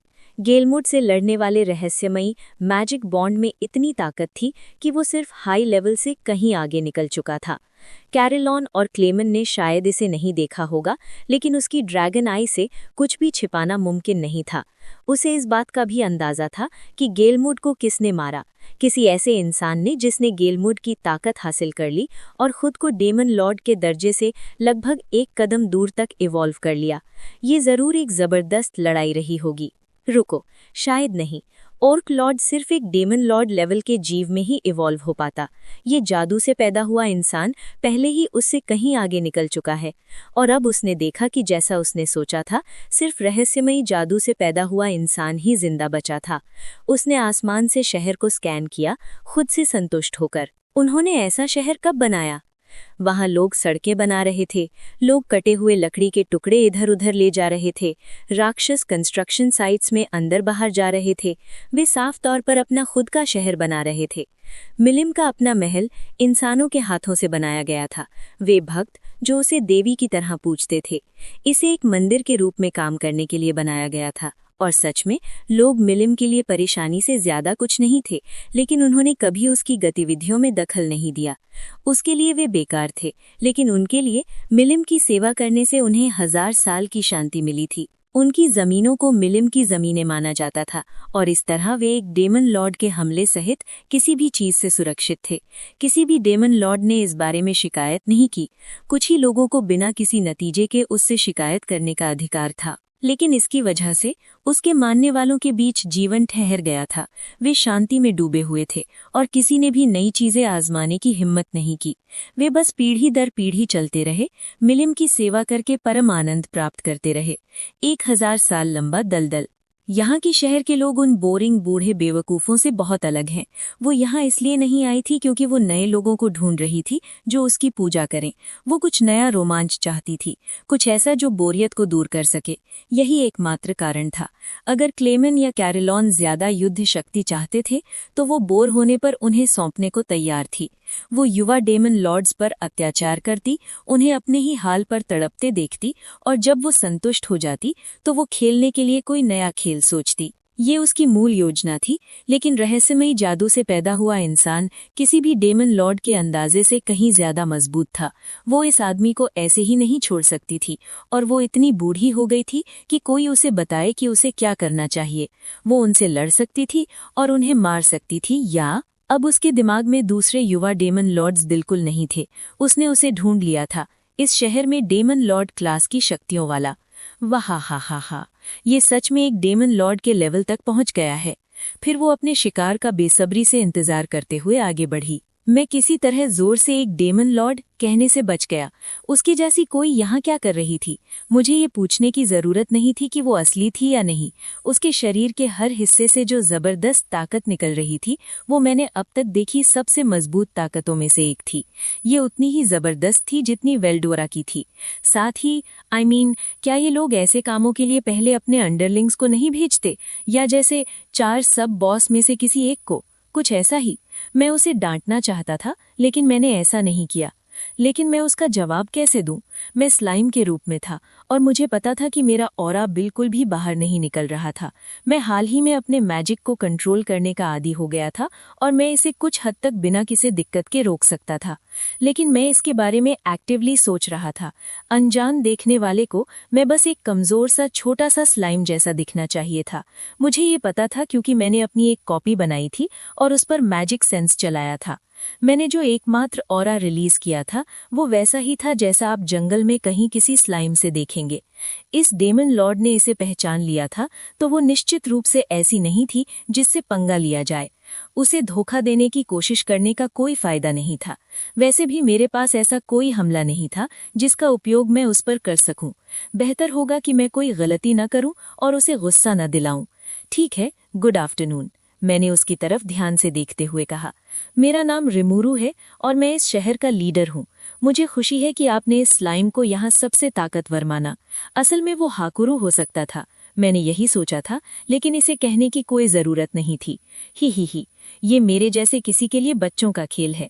मेरी ड्रैगन आई उस सारी मैजिकल एनर्जी को माप सकती है जिसे लोग मुझसे छिपाने की कोशिश करते हैं। मेरे सामने बेवकूफ बनने की कोशिश मत करो तुम। उसने गर्व से शेखी बघारी। उसने अपनी शान दिखाने के लिए अपनी छाती को बहुत ज्यादा बाहर निकाला हुआ था। हालांकि उसकी छाती का साइज हम कह सकते हैं निराशाजनक था। एक नज़र में ही पता चल रहा था कि वे अभी पूरी तरह से विकसित नहीं हुए थे। छोटे कपड़ों ने इसे छिपाना और भी मुश्किल कर दिया था। मैं बेशक इतना समझदार था कि इस बारे में जोर से कुछ न कहूं। मैं इतना बेवकूफ नहीं हूं कि इस तरह के साफ साफ बारूदी मीन खड़े इलाके में नाचता हुआ जाऊं। लेकिन उसके पास मेरे एनालाइज और असेस जैसा ही कोई स्किल था, है ना? तो कुछ छिपाने का कोई फायदा नहीं था। ये थोड़ा खतरनाक था। मेरे अपने एनालिसिस से पता चला कि उसके पास साफ तौर पर पावर का फायदा था और मुझे यकीन था कि उसके स्किल लेवल मेरे से कहीं ज्यादा थे। मैं जीत नहीं सकता था। अगर हमारी लड़ाई होती तो मुझे नहीं लगता कि उस पर कुछ काम करेगा। मैं चीज़ों को बराबर रखने और कुछ समय खरीदने के लिए अपने स्किल्स को एक साथ इस्तेमाल कर सकता था, बस इतना ही। इससे ऑर्क डिजास्टर बच्चों का खेल लग रहा था। वैसे, उसने आगे कहा, क्या तुम सच में ऐसे दिखते हो? क्या वो सिल्वर वाले बालों वाला इंसान जिसे मैंने उस बदमाश गेलमुड को पीटते हुए देखा था, वो एक ट्रांसफॉर्मेशन था? उसे इस लड़ाई के बारे में पता था, या तो उसने सोई से इसके बारे में सुना था, या कोई हमें देख रहा था। मुझे पता था कि गेलमुड देख रहा था, लेकिन मैंने सोचा भी नहीं था कि कोई गेलमुड को भी देख रहा होगा। तो उसके प्लान शुरू से ही लीक हो गए थे, या गेलमुड सिर्फ एक कठपुतली था, उस बड़े शो का एक और किरदार। उसने जिक्र किया था कि उसे डेमन लॉर्ड का सपोर्ट है। मैंने सोचा कि वो बस हारने के बाद गुस्सा दिखा रहा था, लेकिन शायद उसके सच में ऊंची जगहों पर कुछ कनेक्शंस थे, जैसे इस लेवल का कोई। क्या तुम्हारा मतलब ये था? मैंने बदलते हुए कहा। मेरा मास्क उतर गया था, अपनी आभा छिपाने की कोई जरूरत नहीं थी। ओह, तो ये तुम थे? तो तुमने ओर्क लॉर्ड को हरा दिया? मुझे लगा उसने गेलमुड को खा लिया और एक तरह से डेमन लॉर्ड बन गया। डेमन लॉर्ड मिलिम को ये खबर सुनकर काफी मजा आया। तो उसे पता था कि गेलमुड मर गया, लेकिन उसके आगे कुछ नहीं, है ना? शायद मैं सच को थोड़ा छिपा सकता था, लेकिन ये अभी भी खतरनाक लग रहा था। ईमानदारी शायद सबसे अच्छी नीति थी। शानदार। हाँ, ओर्क लॉर्ड ओर्क डिजास्टर में बदल गया, लेकिन ठीक है, मैंने उससे लड़ाई की और उसे हरा दिया, मुझे लगता है।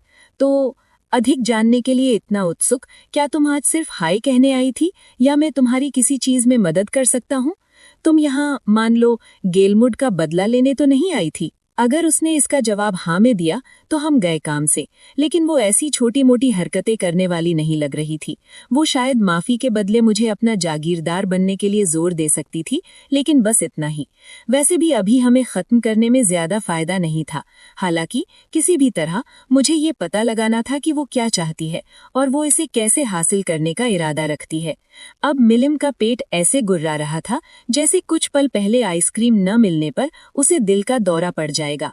मिलिम के पेट की गुर्राहट आदमी की हाथाथी बर्बादी की आवाज जैसी थी। मिलिम को पेट में चूहे गुर्रा रहे हैं? ऊपर की आवाज और ग्लिसन नॉटन में अंग्रेजी में थी। एक अजीब सी खामोशी छा गई। मैं और डेमन लॉर्ड मिलिम कुछ देर तक बिना कुछ बोले एक दूसरे को घूरते रहे। फिर, मरने के लिए तैयार हो जाओ, एक चिल्लाहट के साथ शियोन ने डेमन लॉर्ड पर तलवार चलाई। इस डेमन लॉर्ड की सारी ताकत ने शायद शियोन का होश उड़ा दिया था। जैसे ही वो मेरे पास पहुंची, वो पहले हमला करके फायदा उठाना चाहती थी।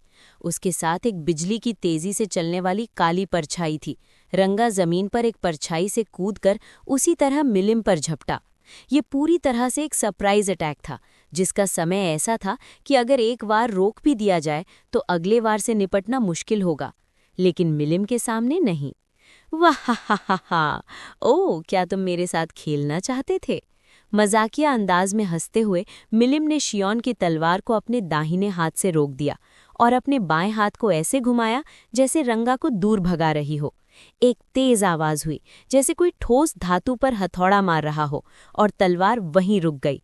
उसने लंबी तलवार सीधे अपनी त्वचा पर ली और उसे बिल्कुल भी चोट नहीं लगी। इस बीच रंगा एक अदृश्य शॉक वेव से पीछे की ओर उड़ गया। उसके शरीर के सारे बाल खड़े हो गए। मुझे ये सब खत्म होने के बाद ही एहसास हुआ कि उसके बाएं हाथ के वार ने आवाज से भी तेज शॉक वेव छोड़ी थी। अरे रुको दोस्तों! जब तक मैं उन्हें रुकने के लिए कहता, वे पहले ही अपनी अगली चाल चल चुके थे। इस रोकने वाले जाल से कोई डेमन लॉर्ड भी नहीं बच सकता। रंगा का ध्यान भटकाने के लिए इस्तेमाल करते हुए सोई ने डेमन वाया बाइंड का इस्तेमाल करके मिलिम को पकड़ लिया था। इस बीच बेनीमारू उसे हेल फ्लेयर ब्लास्ट में फंसाने की तैयारी कर रहा था।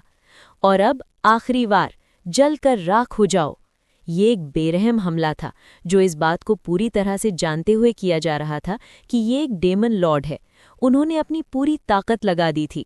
मुझे लगता है कि ये ओग्रेस का इस तरह की चीज से निपटने का सबसे अच्छा तरीका था। लेकिन वाह हा हा हा हा, शानदार! अगर मेरे अलावा कोई और डेमन लॉर्ड होता तो मुझे नहीं लगता कि इस तरह के हमले से उन्हें कोई नुकसान नहीं होता। तुम शायद उन्हें हरा भी सकते थे, लेकिन उसका ऑरा तेजी से फैलने लगा। फिर एक और शॉक वेव, जैसे उसी जगह पर कोई ज्वालामुखी फट गया हो। उसने कोई हमला नहीं किया था या सच में कुछ नहीं किया था। उसने बस उस ऑरा को आजमाया था जिसे उसने रोक रखा था। ये मुझ पर काम नहीं करेगा। एक पल में मिलिम को रोकने वाला जाल छोटे छोटे टुकड़ों में फट गया। उसे अपनी आज़ादी वापस मिल गई, और हालांकि ये कहने में थोड़ी देर हो गई थी, लेकिन डेमन लॉर्ड बहुत ज्यादा थी। सस्ते हथकंडे आजमाना या उसे संख्या से हराने की कोशिश करना कभी काम नहीं आने वाला था। जैसा कि ड्वॉर्गन के राजा गैजेल ने कहा था, हाई लेवल मैजिक बॉन्ड को आपदा या खतरा क्लास के खतरों के रूप में क्लासिफाई किया गया था। एक डेमन लॉर्ड आपदा थी और कुछ डेग्रॉन टाइप जैसे वेल्डोरा को महाविनाश के रूप में डरा जाता था। अब मैं इसे खुद देख सकता था। ये एक महाविनाश था। मेरे सामने डेमन लॉर्ड में प्रकृति के तूफान जैसी ताकत थी जिससे कोई भी इंसान मुकाबला नहीं कर सकता था। एक इंसान, इतना बड़ा खतरा, क्या बुरा सपना था, लेकिन ये हमारी सच्चाई थी। तो अब क्या? ठीक इसी पल मेरे चारों साथी शियोन, बेनीमारू, सोई और रंगा जमीन पर थे। मरे नहीं थे, लेकिन निश्चित रूप से लड़ाई से बाहर थे। लेकिन शियोन और बेनीमारू फिर भी खड़े होने की कोशिश कर रहे थे, जिससे मुझे भागने का मौका मिला। सर रिमुरू, प्लीज भाग जाइए, हम संभाल लेंगे। मुझे पता था कि ये नामुमकिन था और मुझे पता था कि भागना कोई ऑप्शन नहीं था। साथ ही मेरा आत्मसम्मान बहुत ज्यादा नहीं था, लेकिन मैं भी अपने दोस्तों को छोड़कर खुद नहीं भाग सकता था। तुम बस वहीं रहो और आराम करो, मैं इसे संभाल लूंगा। लेकिन अगर मैं हार मान लेता हूं तो ये सब खत्म हो जाएगा, इसलिए मैं जो कर सकता हूं वो करूंगा, ठीक है? मैंने कंधे उचकाए। बस ज्यादा उम्मीद मत करना। इससे वे थोड़े शांत हो गए। भागने का कोई रास्ता नहीं था और मुझे कम से कम एक कोशिश तो करनी ही थी। हो, डेमन लॉर्ड ने मुझे एक अजीब सी मुस्कान दी और एक हाथ से मुझे इशारा किया। तुम मुझसे लड़ना चाहते हो? ये मजेदार है। ठीक है, अगर तुम ऐसा कहते हो तो। अगर बात यहाँ तक आ गई है तो विनम्र बनने का कोई फायदा नहीं है। अब मुझे ब्लफ और ब्लस्टर करके इस मुसीबत से निकलना होगा। सच कहूं तो मुझे पता है कि सिर्फ एक ही हमला है जिसके तुम्हारे खिलाफ काम करने का चांस है। ओ, क्या तुम्हें लगता है कि तुम में इतना कॉन्फिडेंस है कि तुम इसे सह सकते हो? सच कहूं तो मुझे अच्छी तरह पता था कि मैं जो भी करूं उससे मैं जीत नहीं पाऊंगा। इसे कैसे कहूं? समझ गया। मापने योग्य फेज बताता है कि जादुई ऊर्जा की आपूर्ति कम से कम तुम्हारी ऊर्जा से 10 गुना ज्यादा है। ज्यादा से ज्यादा ये ना मापने योग्य है। मुझे लगता है कि सेज ने मुझसे कहीं बेहतर तरीके से समझाया। और किसी के मैजिक्यूल की गिनती ही सब कुछ नहीं थी, सच में। लेकिन 10 गुना ज्यादा ताकतवर होना थोड़ा मुश्किल था। कोई हैरानी नहीं कि ओग्रिस के पूरे जोर के हमले काम नहीं आए। तो मेरे पास कोशिश करने के लिए सिर्फ एक ही स्ट्रैटेजी है। अगर ये तय था कि मेरे कोई भी स्किल काम नहीं करेंगे, तो मुझे अपने पास मौजूद चीज़ों का इस्तेमाल करके एक प्लान बनाना होगा। ये सब वास्तव में ये मानते हुए कि मिलिम मेरे उकसाने पर आ जाएगी। वाह हा, ठीक है, मुझे ये मज़ेदार लग रहा है। लेकिन अगर ये काम नहीं करता है तो मुझसे वादा करो कि तुम मेरे नौकर बन जाओगे, ठीक है? ओह, तो ये तो किस्मत की बात है। वो मेरे सोचने से भी ज्यादा उदार है। ये बात कि वो मुझे मारने वाली नहीं थी, हमारे पहले से किए गए हमले के बावजूद हम सबको हराना एक बड़ी जीत थी। हम जिंदगी भर उसके गुलाम बनकर रह सकते थे। ये काम कर गया। ठीक है, तुम समझ गए, लेकिन अगर ऐसा होता है तो तुम मेरी टीम को बिना सजा के जाने दोगे, ठीक है? ठीक है, चलो इसे शुरू करते हैं। मेरा चैलेंज स्वीकार करते हुए मिलिम ने मुझे उम्मीद भरी नजरों से देखा। मुझे उसकी उम्मीदों पर खरा उतरना होगा। जमीन पर एक पैर मारते हुए मैं पूरी ताकत से उसकी ओर दौड़ा। अपनी तलवार हटाए बिना मैं सीधे उसकी ओर बढ़ा और अपनी हथेली में पानी का एक छोटा सा गोला बना लिया। जब मैं पूरी स्पीड से उसके पास पहुंचा तो वो उत्सुकता से देख रही थी। वो ठीक ठीक बता सकती थी कि मैं कैसे आगे बढ़ रहा हूं, इसलिए मुझे पता था कि कोई भी चाल काम नहीं करेगी। ये लो। हाँ? मैं ठीक डेमन लॉर्ड के सामने रुका, फिर पानी का गोला उस पर फेंक दिया। वो इससे थोड़ी हैरान सा फीक रही थी। ये अच्छी तरह जानती थी कि ये कोई बड़ा हमला नहीं था, इसलिए उसने उसे अपने ऊपर गिरने दिया, बिना किसी विरोध के, सीधे अपने मुंह पर। ये थोड़ा सा पानी कोई अटैक नहीं था। ये बस ये पक्का करना था कि जो चीज़ मैंने उसके लिए रखी थी वो डिलीवरी के बीच में गिर ना जाए। अब बस ये देखना था कि मिलिम को इस चीज़ में दिलचस्पी थी या नहीं। हमारी पूरी किस्मत उसके रिएक्शन पर टिकी हुई थी। ये क्या है? मैंने अपनी जिंदगी में इतना स्वादिष्ट कुछ नहीं खाया। वो जोर से चिल्लाई, साफ तौर पर एक्साइटेड। उसकी प्यारी सी छोटी जीभ उसके होठों पर चिपकी बूंदों को चाट रही थी। फ्यू, लगता है जीत मेरी हुई। हे, क्या हुआ डेमन लॉर्ड? मैं मुस्कुराया और उसे दिखाने के लिए एक और गोला बनाया। मुझ पर हाथ रखो और जो मैंने तुम्हें अभी ट्रीट किया है उसका राज हमेशा के लिए खो और दफन हो जाएगा। लेकिन अगर तुम मान लो कि मैं जीत गया तो मैं तुम्हें उसमें से कुछ और दूंगा, ठीक है? मिलिम की नज़रें उस गोले पर टिकी थी जब मैं उसे हवा में उछाल रहा था। वो इससे ज्यादा खुश नहीं हो सकती थी। मुझे लगने लगा था कि मैं बात करके इससे बच सकता हूँ। ये वास्तव में कुछ शहद था जो अपितो मेरे लिए बचाने के बाद इकट्ठा कर रहा था। अगर मैं कहूँ कि मुझे लगा कि ये ऐसे समय में काम आएगा तो मैं झूठ बोलूंगा। मैंने इसे अपने पास छिपा लिया था क्योंकि मैं इसे बाद में खाना चाहता था। इस दुनिया में आने के बाद से मैंने कुछ भी मीठा नहीं खाया था। इस शरीर के साथ मैं आखिरकार कुछ अच्छा खाना खा पाया था, इसलिए मैं अगली बार अपनी मीठे की तलब पूरी करना चाहता था। लेकिन जब मैंने शूना से पूछा तो उसने कहा कि मिठाइयों को बहुत महंगी चीज़ें माना जाता है और वे लगभग कभी नहीं मिलती। सच कहूँ तो कुछ भी मीठा खाने का एकमात्र तरीका फल खाना था। पश्चिमी राज्यों और पूर्वी साम्राज्य में ज़ाहिरा तौर पर चीनी उगाई जाती थी, लेकिन ये शायद ही कभी उनकी सीमाओं से बाहर जाती थी और ये इतनी महंगी थी कि कोई आम आदमी इसे खरीद नहीं सकता था। खैर जो भी हो, मैंने सबसे पहले शहद की तरफ देखा, सोचकर कि हम कुछ आसान चीज से शुरू करेंगे। अच्छा हुआ कि मैंने उस समय एपिटो की मदद की। उस मामले में हम अभी भी शहद का बड़े पैमाने पर उत्पादन करने की स्थिति में नहीं थे। मुझे इसकी थोड़ी सी सप्लाई पाने के लिए कड़ी मेहनत करनी पड़ी। इसीलिए भले ही मुझे दूसरों के बारे में बुरा लग रहा था, मैं इसे अपने लिए छिपा रहा था। इस बीच दानव लॉर्ड मिलिम साफ तौर पर एक मुश्किल में थी। मैं देख सकता था कि उसके अंदर एक अंदरूनी लड़ाई चल रही थी जिसमें नन, लेकिन और दूसरी बड़बड़ाहट शामिल थी। चलो इस बारे में पक्का कर लेते हैं। मैंने जिस गोले से खेल रहा था उसे अपने मुंह में डाल लिया। ये अच्छा है। आह वाह, सच में बहुत अच्छा। अरे ये तो लगभग खत्म हो गया। क्या? ये मज़ेदार है। वो बिल्कुल एक बच्चे की तरह है जिसे छेड़ने में मज़ा आता है। तो क्या तुम मानोगी कि मैं जीत गया? रुको, मेरे पास एक सुझाव है। बताओ। इसे ड्रॉ मान लेते हैं। इस बार इसे ड्रॉ क्यों ना मान ले? और इससे मुझे क्या मिलेगा? मैं जो कुछ भी हुआ वो सब भूल जाऊंगी। ओ वो बस इतना ही नहीं, मैं कसम खाती हूँ कि मैं तुम लोगों के मामलों में बिल्कुल दखल नहीं दूंगी। और तुम्हें पता है, अगर तुम्हें कोई समस्या है तो तुम मुझसे बात कर सकते हो, ठीक है? मैं जीत गया। उसकी ताकत बहुत ज्यादा थी, लेकिन अंदर से वो बिल्कुल वैसी ही बच्ची थी जैसी वो दिखती थी। एक बड़े आदमी की मोलभाव करने की काबिलियत के सामने उसके पास कोई मौका नहीं था। हाँ, बड़े लोग गंदी चालें चलते हैं। बेशक उससे कुछ और निकलवाने की कोशिश करना खतरनाक होता। वो एक तबाही मचाने वाली डेमन लॉर्ड थी, और अगर मैं उसे और ज्यादा नाराज करता तो मेरे शहर के राख में बदलने का खतरा था। मैंने सोचा कि इससे पहले कि वो अपना मन बदल ले, मैं अपनी बात कह दूं। मुझे ठीक लगता है, मैं मान जाता हूँ। तो हम इसे ड्रॉ मान लेते हैं। मेरे पास काफ़ी सामान बचा था, इसीलिए मैंने एक जार में काफ़ी सारा शहद डाला और उसे दे दिया। वो कोई फैंसी जार नहीं था, टेढ़ा मेढ़ा और मिट्टी का हाथ से बना हुआ था, लेकिन मिलिम ने फिर भी मुस्कुराते हुए उसे ले लिया। थोड़ा सा निकाला और मज़े से चूसने लगी। खतरा टल गया था। वो अच्छे मूड में थी और हमारे शहर पर आने वाली अब तक की सबसे बड़ी तबाही शुरू होने से पहले ही खत्म हो गई। मैंने अभी ओग्रेस को ठीक किया था और शहर की ओर वापस जाने लगा था जब मुझे एहसास हुआ कि मिलिम मेरा पीछा कर रही है। अरे यार, मुझे लगा था कि मैंने बातों से अपना काम निकाल लिया था, इसीलिए मुझे लगा था कि वो घर वापस चली जाएगी, लेकिन मेरे प्लान पहले ही फेल हो रहे थे। शहद की बूंदों वाला जार ध्यान से पकड़े हुए डेमन लॉर्ड मेरे साथ साथ चल रही थी। क्या उसे और शहद चाहिए? मेरे पास सप्लाई थी, लेकिन उसे और देने का कोई इरादा नहीं था। मैं नहीं चाहता था कि मेरा हिस्सा खत्म हो जाए। हे, उसने पूछा, चलते हुए मेरे पास आते हुए। हे, क्या तुमने कभी खुद को डेमन लॉर्ड कहने या एक बनने के बारे में सोचा है? ये किस बारे में बात कर रही है? मैं खुद को उस मुसीबत में क्यों डालूंगा? मैंने पूछा। उसने जवाब में मुझे सच में हैरान होकर देखा। हाँ, मेरा मतलब है, यहाँ हम एक डेमन लॉर्ड की बात कर रहे हैं। वे सच में बहुत कूल होते हैं, तुम्हें पता है। तुम उन्हें पसंद करना चाहोगे, है ना? नहीं। हाँ हाँ। ऐसा लगा कि मिलिम, डेमन लॉर्ड और मैं चीज़ों को बहुत अलग अलग तरीकों से देखते थे। हमने एक दूसरे को देखा। ठीक है, मैं तुमसे ये पूछता हूँ, क्या तुम्हें डेमन लॉर्ड होने से कुछ अच्छा मिलता है? हाँ? वेल, ये सभी शक्तिशाली लोग तुमसे लड़ने के लिए तुम्हें ढूंढते हैं। ये मज़ेदार है। मैं पहले ही काफ़ी लड़ाइयाँ लड़ रहा हूँ, धन्यवाद, कोई दिलचस्पी नहीं है। क्या वाह, तो तुम जिंदगी में मज़े कैसे करते हो?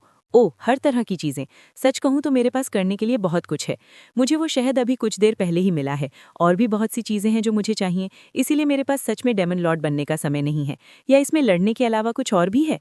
नहीं, लेकिन तुम इंसानों और जादू से पैदा हुए लोगों के सामने बड़ा दिखावा कर सकते हो। क्या ये थोड़ा बोरिंग नहीं है? इस सवाल पर मिलिम ने ऐसा चेहरा बनाया जैसे उसे अभी बिजली का झटका लगा हो। मुझे लगता है ये थोड़ा बोरिंग था। मैं इतना सही था कि उसके पास कहने के लिए कुछ नहीं था। हम लगभग वापस शहर पहुंच गए थे, और अगर वो इस बात से इतनी हैरान थी तो मैं चाहता था कि वो चली जाए और मुझे अकेला छोड़ दे। खैर, मुझे लगता है कि अब तुम्हें मेरी कहानी पता चल गई है। घर वापस जाते समय सावधान रहना, ठीक है? मुझे लगा कि ये इशारा देने का काफ़ी अच्छा तरीका था। मैं गलत था। रुको, तुम डेमन लॉर्ड बनने से ज्यादा मजेदार काम कर रहे हो। ये ठीक नहीं है, ये बिल्कुल ठीक नहीं है। अब मुझे गुस्सा आ रहा है। मुझे बताओ कि वो क्या है और मुझे भी अपने साथ शामिल करो। मैंने पूरी कोशिश की कि उसे उसके सामने बिगड़ी हुई बच्ची न कहूं। वो एक डेमन लॉर्ड थी। रिला, उसे नाराज करने के अप्रत्याशित परिणाम हो सकते हैं। सच कहूं तो उसे एक बच्चा समझना, उससे निपटना बहुत आसान हो गया था। अभी कुछ देर पहले हमारे आमने सामने की बात से एक एडल्ट के तौर पर उससे बात करना बहुत आसान था। आप इस तरह किसी को बहुत गहराई से समझने की कोशिश नहीं कर सकते। बस उसके स्वार्थ को नज़रअंदाज करो और बातचीत को अपनी तरफ मोड़ो। यही असली चाबी है। और इस हिसाब से मैं पहले ही मिलिम को अपने रिश्तेदारों के बच्चा जैसा बर्ताव कर रहा था। ठीक है, मैं तुम्हें बताऊंगा, लेकिन एक शर्त पर। क्या तुम अब से मुझे सर रिमूरू कह सकती हो? क्या? नहीं, ये पागल है। ये उल्टा होना चाहिए। तुम्हें मुझे लेडी मिलिम कहना चाहिए। मेरा पहला नाम इस तरह इस्तेमाल मत करो। ओह, शायद मैं थोड़ा ज्यादा घमंडी हो गया। वो दिखती और बर्ताव एक बच्चे की तरह करती है, लेकिन चलते फिरते संभावित खतरे को गुस्सा दिलाना जानलेवा हो सकता है। ठीक है, एक सेकंड रुको। हमने अभी अभी अपनी पिछली लड़ाई ड्रॉ की है। ये ठीक है ना? नंग। ठीक है, चलो ये करते हैं। मैं तुम्हें मिलिम कहूंगा और तुम मुझे रिमूरू कह सकती हो, ठीक है? ठीक है, मैं समझ गई। मैं तुम्हें सिर्फ मिलिम कहने की इजाज़त देती हूँ, लेकिन तुम्हें इसकी कद्र करनी चाहिए। सिर्फ मेरे डेमन लॉर्ड दोस्तों को ही इसकी इजाज़त है। ठीक है, धन्यवाद। मुझे लगता है कि अब हम भी दोस्त हैं, है ना? क्या? इतनी सारी चिंगारियों के बावजूद हमने नाम रखने का अपना झगड़ा सुलझा लिया था। हम एक दूसरे को सिर्फ अपने नाम से बुलाएंगे, कोई सम्मानजनक शब्द या कुछ भी नहीं। ठीक है, तो मैं तुम्हें शहर घुमाऊंगा, लेकिन अकेले इधर उधर मत घूमना, ठीक है? ठीक है रिमूरू। डेमन लॉर्ड मिलिम, मेरे लिए सिर्फ मिलिम, अजीब तरह से खुश थी। बहुत बढ़िया, अच्छी लड़की। और मेरी इजाज़त के बिना शहर में लड़ाई भी शुरू मत करना। मुझसे वादा करो। बेशक, मैं वादा करती हूँ रिमूरू। अब तक सब ठीक था। जितना मैंने सोचा था उससे भी आसान। अब मुझे कोई दिक्कत नहीं होगी। बहुत बढ़िया सर रिमूरू। जंगली डेमन लॉर्ड को इतनी तेजी से काबू में कर लिया। हमें सर रिमूरू से इससे कम की उम्मीद नहीं करनी चाहिए। मैं सर रिगर्ड को इसके बारे में बता दूंगा, और ये भी कि डेमन लॉर्ड को गुस्सा न दिलाएं। ओग्रे जादूगरों का फीडबैक भी काफी पॉजिटिव लग रहा था। कम से कम कोई शिकायत नहीं थी, और अगर उन्हें कोई शिकायत होती थी तो मैंने मिलिम को शहर की ओर ले जाते हुए सोचा, एक डेमन लॉर्ड से शिकायत करने से कुछ खास फायदा नहीं होता। वैसे ऐसा लग रहा था कि खुद को डेमन लॉर्ड कहना दूसरे डेमन लॉर्ड से सजा पाने का एक अच्छा तरीका था। अगर तुम अपनी ताकत साबित नहीं कर पाते तो वे तुम्हें क्लब से बाहर निकाल देते। उफ, ये तो बाल बाल बच गए। अगर मैं खुद को डेमन लॉर्ड घोषित कर देता, जैसा कि मिलिम मुझे करने के लिए थोड़ा बहुत मजबूर कर रही थी, तो असली डेमन लॉर्ड्स मुझ पर नजर रखने लगते। ऐसा नहीं है कि मिलिम डेमन लॉर्ड नहीं थी, लेकिन किसी भी तरह मैंने बिना एहसास हुए एक बड़ी मुसीबत टाल दी। बाद में वो कहानी सुनकर मैंने खुद को उस जाल में न फंसने के लिए मन ही मन शाबाशी दी। मैं मिलिम को शहर घुमा रहा था। ये मेरी उम्मीद से कहीं ज्यादा मुश्किल निकला। अगर आपने कभी किसी छोटे बच्चे को अम्यूजमेंट पार्क में ले गए हैं तो मुझे लगता है कि आप समझ सकते हैं कि ये कैसा था। एक पल के लिए भी उससे नजर हटाओ और वो गायब। ये बिल्कुल वैसा ही था। अरे, मैंने तुमसे कहा था भागना बंद करो। वाह, हा हा हा हा, मैं यहाँ हूँ। ये क्या चीज़ है? मेरी बात सुनो, बस शांत हो जाओ और ध्यान दो। वाह, हा हा हा हा, क्या बड़ी बात है, मैं सुन रही हूँ। वो साफ तौर पर नहीं सुन रही थी। वो सड़कों पर ऊपर नीचे भाग रही थी। उसका टेंशन लेवल इतना ज्यादा था कि सच में मुझे उसके बारे में सोचने पर मजबूर कर दिया। आह, सर रिमूरू। शहर के ठीक अंदर हम गेबिल से मिले, जो एक बक्सा ले जा रहा था। क्या बढ़िया टाइमिंग है। मैं यहाँ इसलिए हूँ क्योंकि हमारा टेस्ट रन पूरा हो गया है। हो सकता है कि उसे इसे बढ़िया टाइमिंग कहने पर पछताना पड़े। ओह, एक ड्रैगन यूट। वाह, हा हा हा, ये तो बहुत दुर्लभ है। ठीक हो? अच्छा, यहाँ एक नई लड़की है। सच में, मैं गेबिल ड्रैगन यूट हूँ, सर रिमूरू के दाहिने हाथ के तौर पर। मुझे एक सीक्रेट पोशन बनाने का काम सौंपा गया है। क्या तुम भी शहर में नई हो, छोटी लड़की? स्नैप। हाँ, तुमने अभी क्या कहा? छोटी लड़की? तुम्हारा मतलब मैं नहीं है ना? क्या तुम चाहते हो कि मैं तुम्हें मार डालूं? वो कुछ देर पहले तक खुश थी, अब मिलिम बदल गई थी। लगता है उसे गेबिल का उसे बुलाया जाना पसंद नहीं आया। एक हाथ से गेबिल का सिर पकड़कर डेमन लॉर्ड ने उसे अपनी ओर खींचा, फिर उसके पेट में मुक्का मारा। मेरे पास उसे रोकने का बिल्कुल भी समय नहीं था। दर्द भरी सांस के साथ गेबिल मौत के करीब पहुंच गया था। रुको, मेरी इजाजत के बिना लड़ाई शुरू न करने का उसके वादे का क्या हुआ? मेरी बात सुनो, अभी मेरा मूड बहुत अच्छा है, इसीलिए मैं तुम्हें माफ करने को तैयार हूँ, अब जबकि मैंने ये कर दिया है, लेकिन अगली बार नहीं, इसीलिए सावधान रहना, समझे? मुझे नहीं लगता कि वो सच में जान लिए बिना उससे ज्यादा कुछ कर सकती थी। कैसी माफी!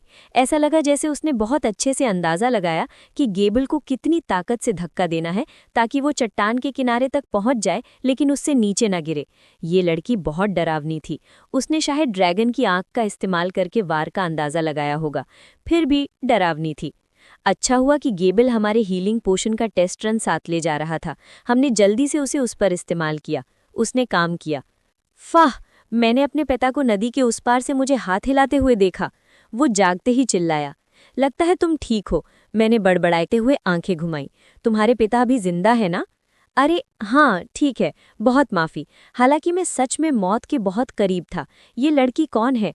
अरे ये सम्मानित महिला हमारे सामने कौन है? हाँ, सोई अभी रिगर्ड को बता रहा है, लेकिन मुझे लगता है कि गुफा में तुम लोगों को अभी तक किसी ने नहीं बताया।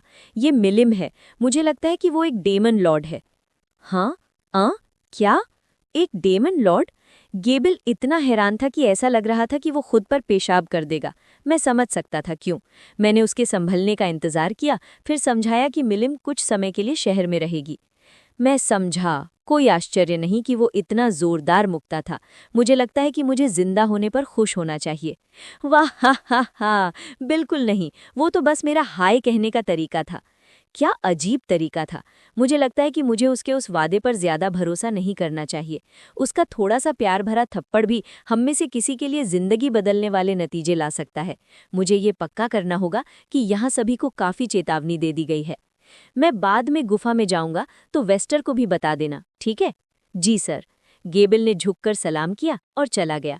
जिस सजा से वो अभी गुजर रहा था उसे देखते हुए वो काफी अच्छी हालत में था। शायद पोषण काफी असरदार था, या शायद गेबल सच में इतना मजबूत था, या शायद दोनों। मिलिम ने उसे एक बड़ी मंजूरी वाली नोट दी, हाथ हिलाया, फिर ऐसे मेरी तरफ मुड़ी जैसे कुछ न हुआ हो।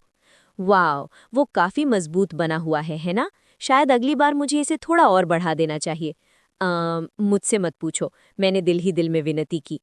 हे, तुम्हें पता है कि तुम सिर्फ गुस्सा होने पर लोगों को मुक्के मारना शुरू नहीं कर सकती, ठीक है? हाँ, ये उसकी गलती थी कि उसने मुझे गुस्सा दिलाया।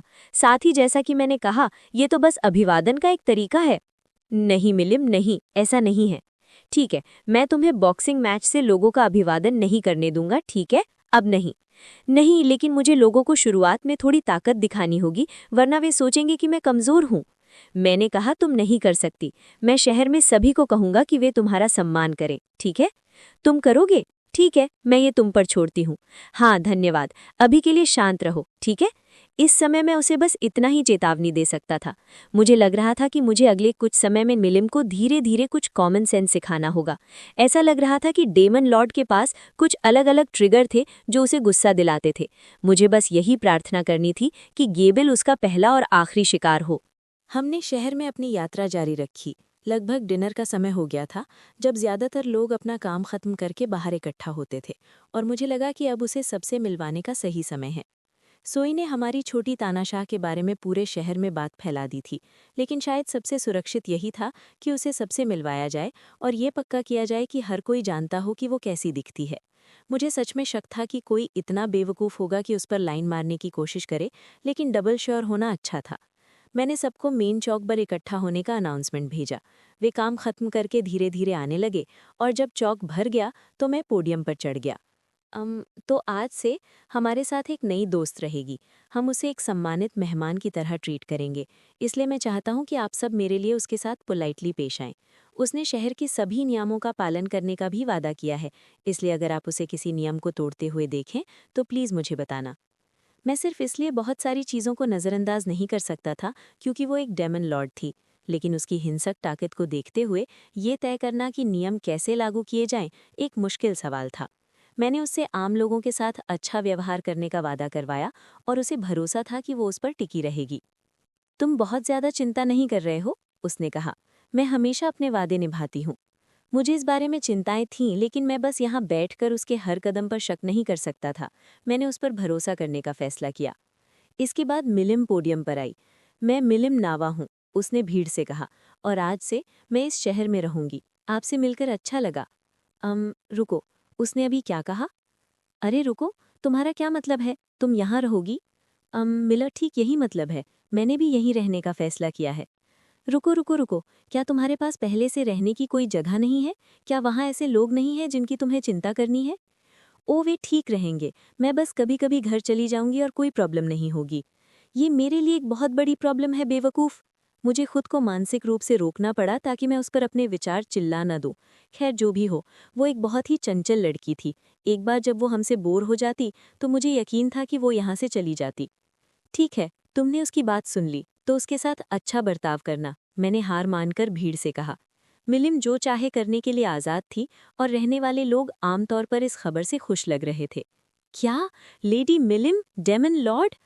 ओह भगवान, मैंने पहले कभी उनका शाही चेहरा सामने से नहीं देखा। बहुत बढ़िया सर रिमरू, उस तानाशाह के साथ इतने अच्छे रिश्ते बनाना। आह, अब टेम्पेस्ट के लिए शांति के दिन होंगे। और इसी तरह एक डेमन लॉर्ड का नाम यहाँ बहुत सम्मान था, खासकर मिलिम का। किसी ने उस पर नकली होने का आरोप भी नहीं लगाया। मेरे अच्छे शब्दों के साथ शक की कोई गुंजाइश नहीं थी। तो बस ये पक्का करने के लिए कि हम सब साफ हैं, आज से खैर मिलिम हम में से एक है। अगर उसे कोई प्रॉब्लम होती है तो मैं चाहता हूँ कि तुम सब उसकी मदद करो। हाँ, रिमुरू और मैं अब दोस्त हैं, तो अगर कुछ होता है तो मैं तुम्हारे साथ हूँ। मुझे उम्मीद नहीं थी कि मिलिम को हम में से किसी की मदद की ज़रूरत पड़ेगी। अगर कुछ होता भी तो हम ही उसके बनाए हुए ड्रामे का खामियाजा भुगतते। मेरा मतलब यही था, लेकिन डेमन लॉर्ड को ये बात समझ नहीं आई। उसने इसे सीधा लिया और मैं उसे मना नहीं कर सका। फिर भी दोस्त, हाँ? क्या ये सच में ठीक था? एक डेमन लॉर्ड से दोस्ती करना और सब कुछ? मेरा मतलब है, जितने कम समय में हम एक दूसरे को जानते थे, मिलिम काफ़ी अच्छी लगी। लेकिन वो लड़की खुद शायद मेरी फुसफुसाहट सुनकर शर्माने लगी। हाँ, दोस्त सुनना थोड़ा अजीब लगता है। शायद दोस्त नहीं बल्कि बीएफएफ्स। बीएफएफ्स? मिलिम, मैंने कब को इशारा दिया कि हम बीएफएफ्स हैं? बीएफएफ्स? मैंने हिचकिचाते हुए पूछा। क्या हम नहीं हैं? मैं पहले से ही मिलिम की आंखों में आंसू देख सकता था, लेकिन अगर कुछ हुआ तो उसकी पहले से ही बंधी मुट्ठियों में दुश्मनी वाली ताकत और भी तेजी से आ गई। बकवास। ही, मजाक कर रही हूँ, मजाक। हमेशा के लिए बेस्ट फ्रेंड्स यार। मैंने जल्दी से खुद को सुधारा। अब एक ऐसी माइन थी जिस पर मैं लगभग पैर रखने वाला था। मैं गैबल वाले रास्ते पर नहीं जाने वाला था। है ना? बिल्कुल, तुम लोगों को डराने में बहुत अच्छे हो। मिलिम ने मेरी तरफ देखकर मुस्कुराया, जिससे पता चला कि मैंने सही फैसला किया। बहुत आसान, लेकिन फिर भी संभालने में मुश्किल। अब और लापरवाह नहीं होना है। ये मेरे लिए एक असली सबक था। टेम्पेस्ट की जमीन पर एक नया निवासी आ गया था और वो बारूद के ढेर से भरे गोदाम से भी ज्यादा खतरनाक थी। उसका परिचय खत्म होने के बाद हम डाइनिंग हॉल में चले गए। खाना आ रहा था और आज की मेन डिश करी थी। ईमानदारी से कहूं तो ये एक ऐसी डिश थी जो करी जैसा स्वाद देने की पूरी कोशिश कर रही थी। हमने एक ऐसी घास खोजी थी जो अब जंगली चावल जैसी दिखती थी और हम अभी उसे बेहतर बनाने में लगे हुए थे। अभी ये बहुत पौष्टिक नहीं थी और इसका स्वाद भी बहुत अच्छा नहीं था, लेकिन करी ऐसी चीज़ों को छिपाने में बहुत अच्छी होती है, इसलिए नतीजे काफ़ी अच्छे निकले। इसके लिए मुझे शुना के खाना बनाने के हुनर को धन्यवाद देना था। अगर हम असली सफ़ेद चावल उगाना सीख जाते तो मुझे लगता है कि ये एक क्लासिक होता, लेकिन वैसे भी ये भी ठीक था। हमारे पास कुछ नकली इंडियन स्टाइल नान ब्रेड भी थी, तो आप ये खा सकते हैं। इसके बजाय उसे चुने। इस शहर में खाना बनाना एक लंबे ट्रायल एंड एरर प्रोसेस का नतीजा था। इस समय हमारे पास रेसिपी का स्टॉक था, लेकिन बिना किसी चीनी के धरती पर मेरे जाने पहचाने डिशेस को रिक्रिएट करना एक चैलेंज था। मेरे पास जंगल में गन्ने जैसी किसी चीज़ को खोजने वाले मॉन्स्टर्स थे। हो सकता है कि जड़ों में चीनी जमा हो, जैसे चुकंदर या कुछ और। इसलिए मैं अपने पेट्रोलिंग करने वालों से कह रहा था कि वो जितने हो सके उतने अलग अलग तरह के पौधे लेकर आएं, एनालाइज और असेस करने, ये पता लगाने के लिए कि अंदर क्या है, और समय के साथ उसमें से असली चीनी निकालने के लिए मुझे बस एक सैंपल की ज़रूरत थी। मिलिम को खाना ज़रूर पसंद आया। मुझे लगा कि खाने में भी उसका टेस्ट काफ़ी बच्चों जैसा है, इसलिए मैंने शुना से कहा कि वो अपनी करी में थोड़ा एक्स्ट्रा फ्रूट जूस डालकर उसे और मीठा कर दे। जिस तरह से उसने अपनी मदद को फाड़ा, मुझे लगता है कि मैंने सही फैसला किया।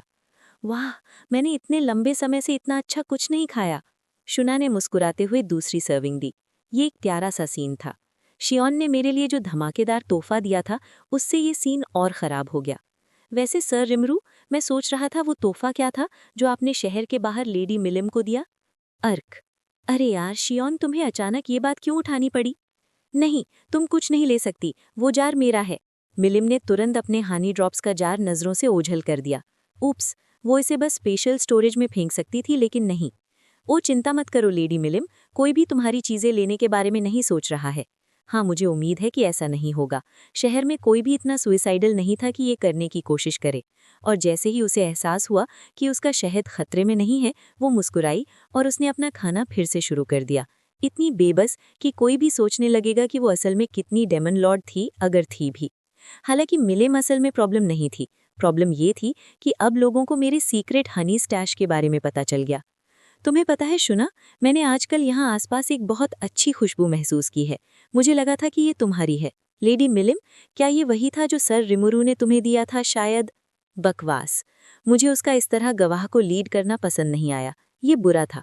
सोई ने अपना सिर दूसरी तरफ मोड़ लिया था, ऐसा दिखा रहा था कि वो शामिल नहीं है। लेकिन बेनीमरू पहले से ही हम सबको अजीब नजरों से देख रही थी। हम 6 लोग टेबल पर बैठे थे, बेनीमरू, सोई, मिलिम, शुना, शियोन और मैं। शुना अकेली थी जो मिलिम के साथ मेरे टकराव के समय वहां नहीं थी, इसलिए मैं इससे बचने का कोई तरीका नहीं बता सकता। मुझे लगता है मेरी किस्मत ऐसी ही थी। मैं उम्मीद कर रहा था कि जब तक हम खाना खाकर ऊपर पहुंचेंगे तब तक ये बात भूल जाएगी। मैं ये पता लगा सकता था कि इसे बड़े पैमाने पर कैसे बनाया जाए, लेकिन खैर, मैंने अपनी जेब से थोड़ा शहद निकाला और पास के एक कप में भर दिया। ठीक है, तो इस चीज़ को शहद कहते हैं। मैंने इसे चीनी के बदले लिया है, लेकिन मैं अभी इसका बहुत ज़्यादा नहीं बना सकता, इसलिए मैं आप सभी को इसकी सप्लाई नहीं दे सकता। मैंने उन सभी को अपनी उंगलियों से थोड़ा सा लेने और चखने के लिए कहा। दोनों लड़कियों के चेहरों पर जबरदस्त हैरानी के भाव थे। सोई ने बस एक भौं उठाई, लेकिन बेनीमारू पहले से ही और ज्यादा की उम्मीद में मेरी तरफ देख रहा था। मिलिम ने बेशक खुद ही थोड़ा सा ले लिया, हालांकि मैंने उसे बुलाया नहीं था। तुम्हारे पास पहले से ही अपना है, लालची बच्ची। तो जैसा कि आप देख रहे हैं, शहद बहुत मीठा होता है, लेकिन इसका औषधीय असर भी होता है। असल में ये लगभग किसी भी बीमारी को ठीक कर सकता है, लेकिन कभी कभी इसमें जहर भी मिला हो सकता है, इसलिए इसे निकालते समय बहुत सावधान रहना पड़ता है।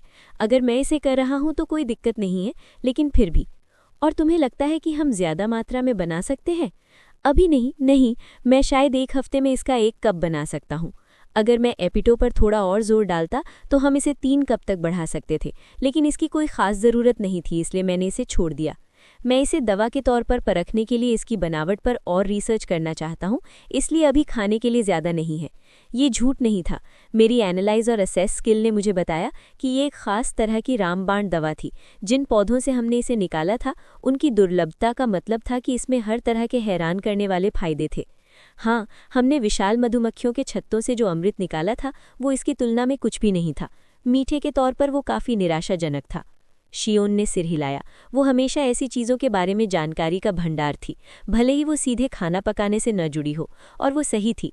विशाल मधुमक्खियों का अमृत मीठे होने के बजाय ज़्यादा जहरीला था, जिससे वो खाने के लिए ठीक नहीं था। मुझे लगा कि मैं उसका विश्लेषण करके उससे कुछ अच्छा निकाल सकता हूँ, लेकिन विशाल मधुमक्खियों को पालतू बनाना मुझे वैसे भी काफ़ी मुश्किल काम लगा। अगर हम उनके लिए एक सही बगीचा तैयार कर सकें और उसे उनका इलाका बना दें, तो मुझे लगता है कि हमें उनसे काफ़ी अच्छा शहद मिल सकता है। तुम्हें लगता है? शियोन ने कहा, आखिरकार मेरी बात मानते हुए। तुमने कहा था कि ये चीनी का सब्स्टिट्यूट हो सकता है, शूना ने पूछा, साफ तौर पर उत्सुक होकर। क्या चीनी सचमुच इतनी मीठी होती है? मैंने देखा कि इस सवाल पर मिलिम और शियोन के कान खड़े हो गए। हाँ बिल्कुल, इसमें कोई औषधीय गुण नहीं है, लेकिन ये इतनी मीठी होती है कि लोग सचमुच इसके आदी हो जाते हैं। तुम इसे खाने में, पीने में, हर तरह की चीज़ों में इस्तेमाल कर सकते हो। जब ये हमारे पास होगी तो हम पहले से कहीं ज़्यादा खाना बना पाएंगे, मैंने समझाया। मैं समझ गई। उस स्थिति में मैं चाहूँगी कि हम कल से ही इस चीनी को खोजने में अपनी पूरी कोशिश लगा दें। शियोन? हाँ शूना, मैं तुमसे वादा करती हूँ, मैं हम सबके लिए इस मीठे पौधे को खोजने के लिए अपनी जान लगा दूंगी। हाँ, बहुत बढ़िया। तीनों महिलाओं ने एक दूसरे को पक्का सिर हिलाया। मैं पूछना चाहता था कि वो इसके लिए अपनी जान क्यों लगा रही हैं और वो सब कब से सबसे अच्छी दोस्त बन गई, लेकिन अभी के लिए ठीक था। मैंने बचे हुए शहद को 1-2 बार और चाटा। मुझे पहले से ही यकीन था कि अब असली चीनी पहले से कहीं ज्यादा जल्दी हमारी होगी। रात का खाना खत्म होने के बाद मैंने उन सभी को नहाने के लिए भेज दिया, जो मेरी सबसे बड़ी उपलब्धि थी। टब, जो सबसे अच्छे ड्वार्फ मार्बल से बना था, दिन रात गर्म पानी से भरा रहता था, जो किसी भी समय इस्तेमाल के लिए तैयार था। मिलिम हमारे साथ आ गई थी, चुपचाप शूना और शियोन के पीछे पीछे चल रही थी। आमतौर पर मैं बिना सोचे समझे स्लाइम के रूप में उन सबके साथ नहाने चला जाता, लेकिन आज ये बिल्कुल सही नहीं लग रहा था। वो दूसरी महिलाओं के साथ अकेली ज्यादा खुश रहेंगी, और इसके अलावा जब मिलिम आसपास नहीं होगी तो मुझे ओग्रेसिस के साथ कुछ बातें करनी होंगी। तो मैं अपने मीटिंग हॉल में गया और वहां इकट्ठे हुए लोगों को दिन की घटनाओं के बारे में बताया। हे भगवान, मुझे समझ नहीं आ रहा कि क्या कहूं। मैंने कभी उम्मीद नहीं की थी कि कोई डेमन लॉर्ड अपनी मर्जी से यहाँ आएगी। रिगर्ड ने सिर हिलाया। मैं उसकी बात समझ सकता था। मैंने खुद कभी ऐसा होने की कल्पना नहीं की थी। खैर, मुझे लगता है कि सब ठीक हो जाएगा, मैंने कहा। कम से कम उसने यहाँ कोई लड़ाई शुरू न करने का वादा किया है, मेरी इजाज़त के बिना नहीं। मुझे इस बात पर पूरा भरोसा नहीं था, लेकिन मेरे पास उस पर भरोसा करने के अलावा कोई चारा नहीं था। शायद, लेकिन हमें इस बात की ज्यादा चिंता नहीं करनी चाहिए कि दूसरे डेमन लॉर्ड्स कैसे रिएक्ट करेंगे, काइजिन बोला। हाकुरू और बेनीमारू ने इस पर सिर हिलाया। तुम्हारा क्या मतलब है ईमानदारी से, मैंने पूछा। वहाँ कई डेमन लॉर्ड्स हैं और वो सभी एक जटिल सिस्टम के तहत काम करते हैं। आपने और लेडी मिलिम ने अभी अभी पब्लिक स्क्वायर में एक दूसरे को सहयोगी घोषित किया है, और इसका मूल रूप से ये मतलब है कि ये शहर डेमन लॉर्ड मिलिम की सुरक्षा में है, और आमतौर पर मुझे लगता है कि ये बहुत ज़्यादा फायदेमंद होगा। लेकिन सर रिमुरु, आप great forest of Jura alliance के लीडर हैं और जूरा टेम्पेस्ट फेडरेशन के शासक। मुझे लगता है कि आज की कार्रवाई डेमन लॉर्ड्स की नज़र में इसका मतलब ये होगा कि जूरा का जंगल यानी जूरा ने खुद मिलिम के साथ गठबंधन कर लिया है। हाँ, इसका मतलब ये है कि मिलिम, जिसके पास मुश्किल से ही कोई अपनी प्रजा है, अचानक से उसके पास एक बहुत बड़ी सेना का साथ है। ये डेमन लॉर्ड्स के बीच मौजूदा पावर बैलेंस की नींव को हिला देता है। मुझे डर है कि एक गलत कदम और पूरा जंगल एक बड़े युद्ध का शिकार हो सकता है। या मैं मानूंगा कि मैंने इसके बारे में ज्यादा गहराई से नहीं सोचा, लेकिन मुझे लगता है कि मेरे फैसलों का असर पूरे जंगल पर पड़ सकता है ना? लेकिन असल में अगर हम चाहें भी तो हम में से कोई भी लेडी मिलिम को नहीं रोक सकता, रिगर्ड ने अपनी राय दी, और वो सही था। हम सब मिलकर भी एक साथ कभी मौका नहीं पा सकते थे। हमारे पास सबसे निष्क्रिय तरीका अपनाने के अलावा और कोई चारा नहीं था, उसके बोर हो जाने और चले जाने का इंतजार करना। सच कहूं तो, बेनीमारू ने कहा, उसकी शक्ति हम में से किसी से भी बिल्कुल अलग लेवल की है। इस बात पर बहस करने का कोई मतलब नहीं है कि हम उसे हरा सकते हैं या नहीं। अगर सर रिमुरु की तेज सोच न होती तो हम में से कोई भी अब जिंदा नहीं होता। बिल्कुल, अगर दूसरे डेमन लॉर्ड्स उसका विरोध करते हैं तो सच कहूं तो मुझे उसके मुकाबले उनके खिलाफ हमारे जीतने के ज्यादा चांस लगते हैं। डेमन लॉर्ड मिलिम एक चलती फिरती आफत है। शियोन ने अपने साथी की सच्ची भावनाओं पर सिर हिलाया। इससे काफी हद तक बात तय हो गई। करने के लिए और कुछ नहीं था और बस यही था। तो इस बीच मिलिम को कैसे संभाला जाए? तो इसलिए मेरा वोट है कि हमें लेडी मिलिम के रोजमर्रा के काम उसके BFF सर रिमुरु पर छोड़ देने चाहिए। सब सहमत है? हाँ। क्या? धत तेरे की, बेनीमारू। लेकिन जब तक मैंने ये सोचा तब तक बहुत देर हो चुकी थी। मैं ज्यादातर समय गेंद किसी और पर फेंकने की आदत थी। इस बार उन्होंने मेरे साथ भी वैसा ही किया। इसके अलावा हाकुरू ने कहा, लेडी मिलिम सबसे पुराने और सबसे ताकतवर डेमन लॉर्ड्स में से है। एक ऐसा लॉर्ड जिसके प्रति हमें बिल्कुल भी दुश्मन जैसा व्यवहार नहीं करना चाहिए, ऐसा कहा जा सकता है। कम से कम इस मामले में मुझे नहीं लगता कि हम सर रिमुरु को इसे हैंडल करने के अलावा और कुछ कर सकते हैं। इस तरह से बात पक्की करने का क्या तरीका है? मुझे नहीं लगता था कि वो इतनी खतरनाक है, लेकिन ठीक है, मैंने आह भरी। ऐसा लग रहा था कि किसी और को नहीं पता था कि मिलिम को कैसे खुश करना है, और क्योंकि मैं बच्चों को संभालने में जीनियस था तो मुझे लगा कि मदद करना मेरी जिम्मेदारी है। अब हमारे बीच एक खामोश लेकिन पक्का समझौता हो गया था कि डेमन लॉर्ड मिलिम मेरी प्रॉब्लम है। जब तक मिलिम नहाकर बाहर आई तब तक उसे नींद आने लगी थी। जाहिर है वो बहुत ज्यादा एक्साइटेड थी। इस दुनिया में तैरने लायक बड़े बाथरूम बहुत कम थे, इसलिए मैं उसे दोष नहीं दे सकता था। मुझे बताया गया था कि ज्यादातर लोगों को ठंडे पानी में जल्दी से डुबकी लगाकर काम चलाना पड़ता था, और यहाँ तक कि अमीर लोगों को भी छोटे छोटे टब में गर्म पानी से ही संतोष करना पड़ता था, ये मानते हुए कि आप इतने अमीर देश में रहते हैं जहाँ नहाने के लिए खास बाथरूम हो, जो हमेशा सच नहीं था। सच कहूं तो मैं इस बाथरूम को लेकर थोड़ा चूजी था। जानता हूं ये मेरी स्वार्थीपन था, लेकिन ये एक बहुत अच्छी सुविधा बन गई थी। अगर लोगों को इसे इस्तेमाल करना पसंद आया तो मुझे इससे ज़्यादा खुशी नहीं हो सकती थी।